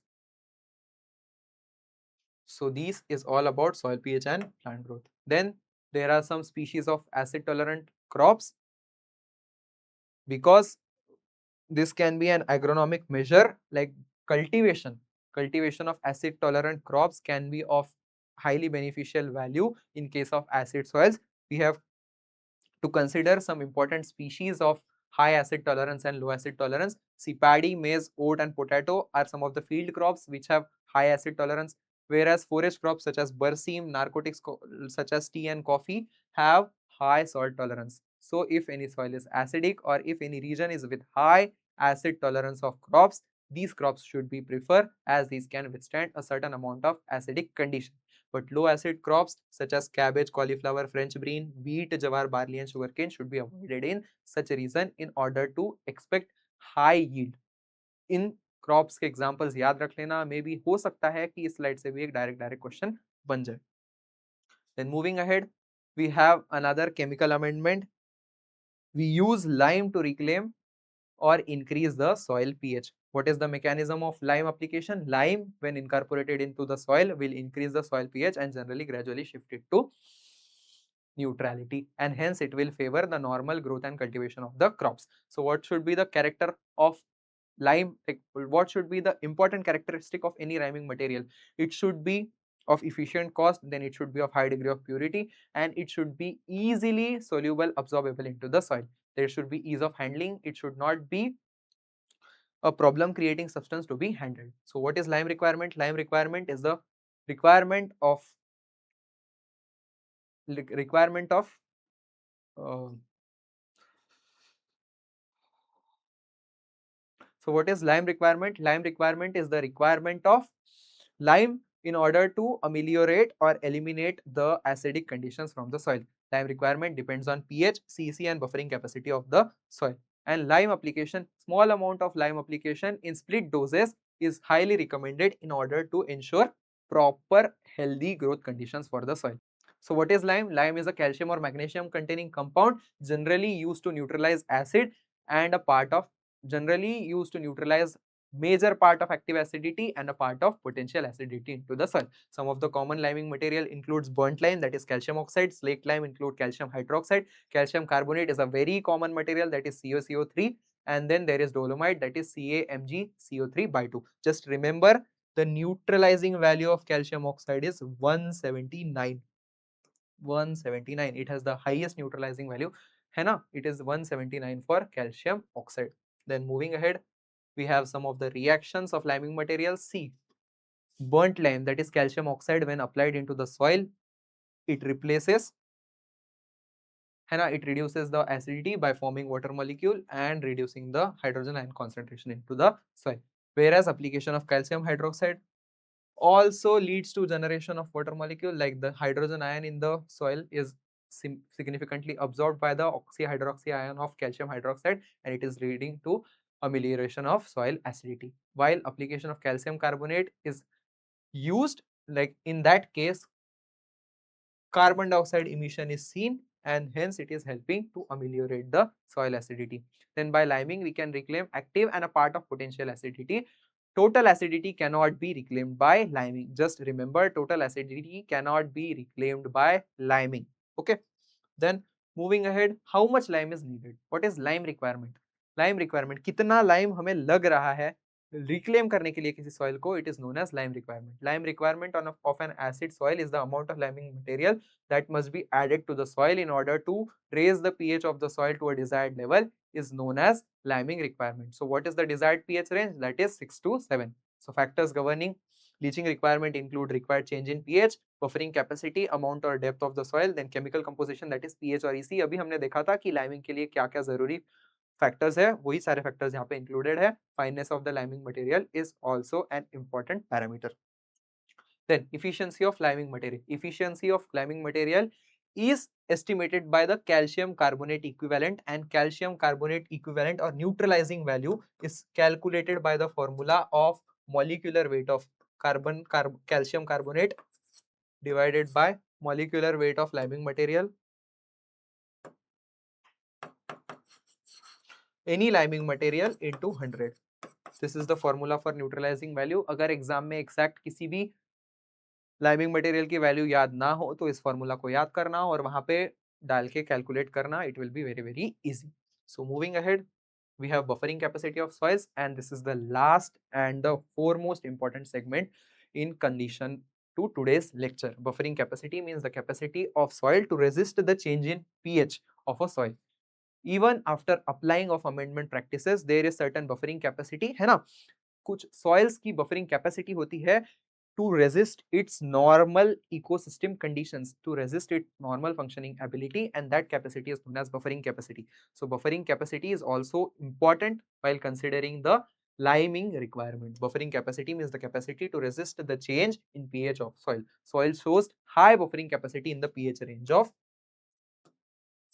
4.5 to 6. Buffering capacity of soil depends upon clay content and organic matter content of the soil. This was all about acid soils and problematic soils, and here we have nicely covered erosion and conservation, problematic soils में salt affected soils and acid soils. आज के lecture में हमने top notch तरीके से cover कर लिया है. अगर अभी भी लगता है कि किसी पार्ट में कंफ्यूजन है तो अभी वीडियो को पॉज करो, रिवाइंड करो, फिर से पूरा लेक्चर अच्छे से देखो और फिर आ जाना. अब हम क्वेश्चंस की प्रैक्टिस करेंगे, क्योंकि क्वेश्चंस की प्रैक्टिस कराना हमारा एग्री एडिक्ट का मेन गोल है. सिर्फ पढ़ा के छोड़ देना, we are never believing in that. So let's practice for the best of the best questions. Which of the following soils have the chemical criteria, है ना? पैरामीटर्स देखो, मैंने बोला था कि डायरेक्ट पैरामीटर्स पे ही क्वेश्चंस आते हैं. So we have seen that pH of less than 8.5 and EC of more than 4 is the characteristic of saline soil.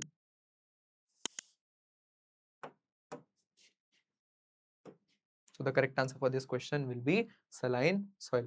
भूलना नहीं है, जब भी नया क्वेश्चन आ रहा है वीडियो को पॉज कर रहा है, 2 मिनट क्वेश्चन को देखना है, खुद से आंसर करना है और फिर ही करेक्ट आंसर देखना है. So what physiological condition can occur when crops are exposed to extreme soil conditions? है ना? क्या होगा ऐसे कंडीशन में? There will be exosmosis, there will be excess loss of ions, and the cell will shrink and will lead to death of plant roots. है ना? Then there are मैंने कहा था कि ये नेम्स इंपॉर्टेंट है, याद कर लो. हमें पता है कि थर, रे और लूनी कहाँ कहाँ बोले जाते हैं, है ना? देखा था कि शार है गुजरात में, सोडिक सॉइल का नेम. देन लूनी था राजस्थान में, सलाइन सॉइल का नेम. थर था पंजाब में और रे था उत्तर प्रदेश में. So the correct answer for this question will be A का 3, बी का 4. कहाँ है ए का 3, बी का 4? सिर्फ एक ही ऑप्शन में है, दैट विल बी ऑप्शन 1. सो ऐसा भी क्वेश्चन आप एग्जाम में एक्सपेक्ट कर सकते हो. Then moving ahead, what is the specific name given to small localized spots of sodic soils? देखा था हमने स्लिक स्पॉट्स, ये था हमारा इंपॉर्टेंट नेम. वेरस कैटक्लेस किसको कहते हैं हम? एसिड सल्फेट सॉइल्स को जिनका पीएच है लेस देन 4.5. थर तो हमारे किसका नाम था? सोलन चॉक्स. और थर ये हमारे सलाइन सॉइल्स का नाम था. So moving ahead is next question. See, direct acid like pH value और एसिडिटी की कैटेगरी को ही क्वेश्चन बना के दे दिया है. Strongly acidic condition will be less than 4.5. हमने ये भी देखा था. Moderately acidic is 4.5 to 5.5 and slightly acidic is pH of 5.5 to 6.5. So the correct answer will be A का 2, B का 3. A का 2, B का 3 एक ही ऑप्शन में है. So the correct answer is option 2. So moving ahead, we have burnt lime, slaked lime, then calcium carbonate and dolomite. We know that dolomite is a source of calcium and magnesium. So ये तो हमारे लिए बहुत simple हो गया, है ना? Pedology में देखा होगा, बार बार डोलोमाइट का नाम आया होगा. Dolomite is a calcium supplying mineral. Then calcium carbonate is CaCO3. Then slaked lime is COH by 2 and burnt lime is CO. So 1 का 3, 1 का 3, सॉरी हाँ 1 का 3, 2 का A. किस ऑप्शन में है? 2 ऑप्शंस में है, तो हमें थर्ड भी देखना पड़ेगा. Calcium carbonate is having 4. So option 2 will be the correct answer. Yes. देखो भाई, जब भी नया क्वेश्चन आ रहा है ना, वीडियो को पॉज करना, बार बार नहीं बोलूंगा. Self discipline is very important at this stage of preparation, है ना? Then which scientist originally introduced the fundamental chemical concept and mathematical scale of pH? पता है हमें pH स्केल किसने दी थी? सोरेनसन ने. whereas विश्मीर एंड स्मिथ ने क्या दिया था? विश्मीर एंड स्मिथ ने दिया था हमारा universal soil loss equation. Then शूनिवर ने क्या दिया था? जिप्सम रिक्वायरमेंट, है ना? Gypsum requirement. देन ब्रॉन्स्टेड ने तो जनरल एसिड का कंसेप्ट दिया था। So which of the following nutrient elements become highly deficient or chemically fixed in low pH conditions, है ना, कौन सा ऐसा एलिमेंट था लो पीएच कंडीशंस में, एसिड कंडीशंस में फॉस्फेट की डिफिशियंसी हो रही थी due to fixation by aluminium and ions which are dominating in the acid conditions, whereas iron manganese और जिंक की तो टॉक्सिसिटी हो रही थी ना, high amounts of iron manganese और जिंक फाउंड हो रहे थे। So this was all about erosion, conservation and problematic soils. Hope you enjoyed this session. एक ऑनेस्ट पॉजिटिव या नेगेटिव फीडबैक एक्सपेक्टेड है कमेंट्स में, क्योंकि 2-2 ढाई-ढाई घंटे खड़े रहना, 100-100 स्लाइड्स की पीपीटी बनाना इजी नहीं है। मेंटर्स के लिए पॉजिटिव हो चाहे नेगेटिव फीडबैक हो, हमेशा हमारे लिए अच्छी ही चीजें होंगी। सो प्लीज ऑनेस्टली कमेंट करना कि वीडियो कैसा लगा, अगर अच्छा लगा हो तो लाइक करना और शेयर करना, और अगर अभी तक हमारा मॉक टेस्ट बंडल नहीं खरीदा है तो बिल्कुल खरीदो, because practicing is very very important at this stage of preparation.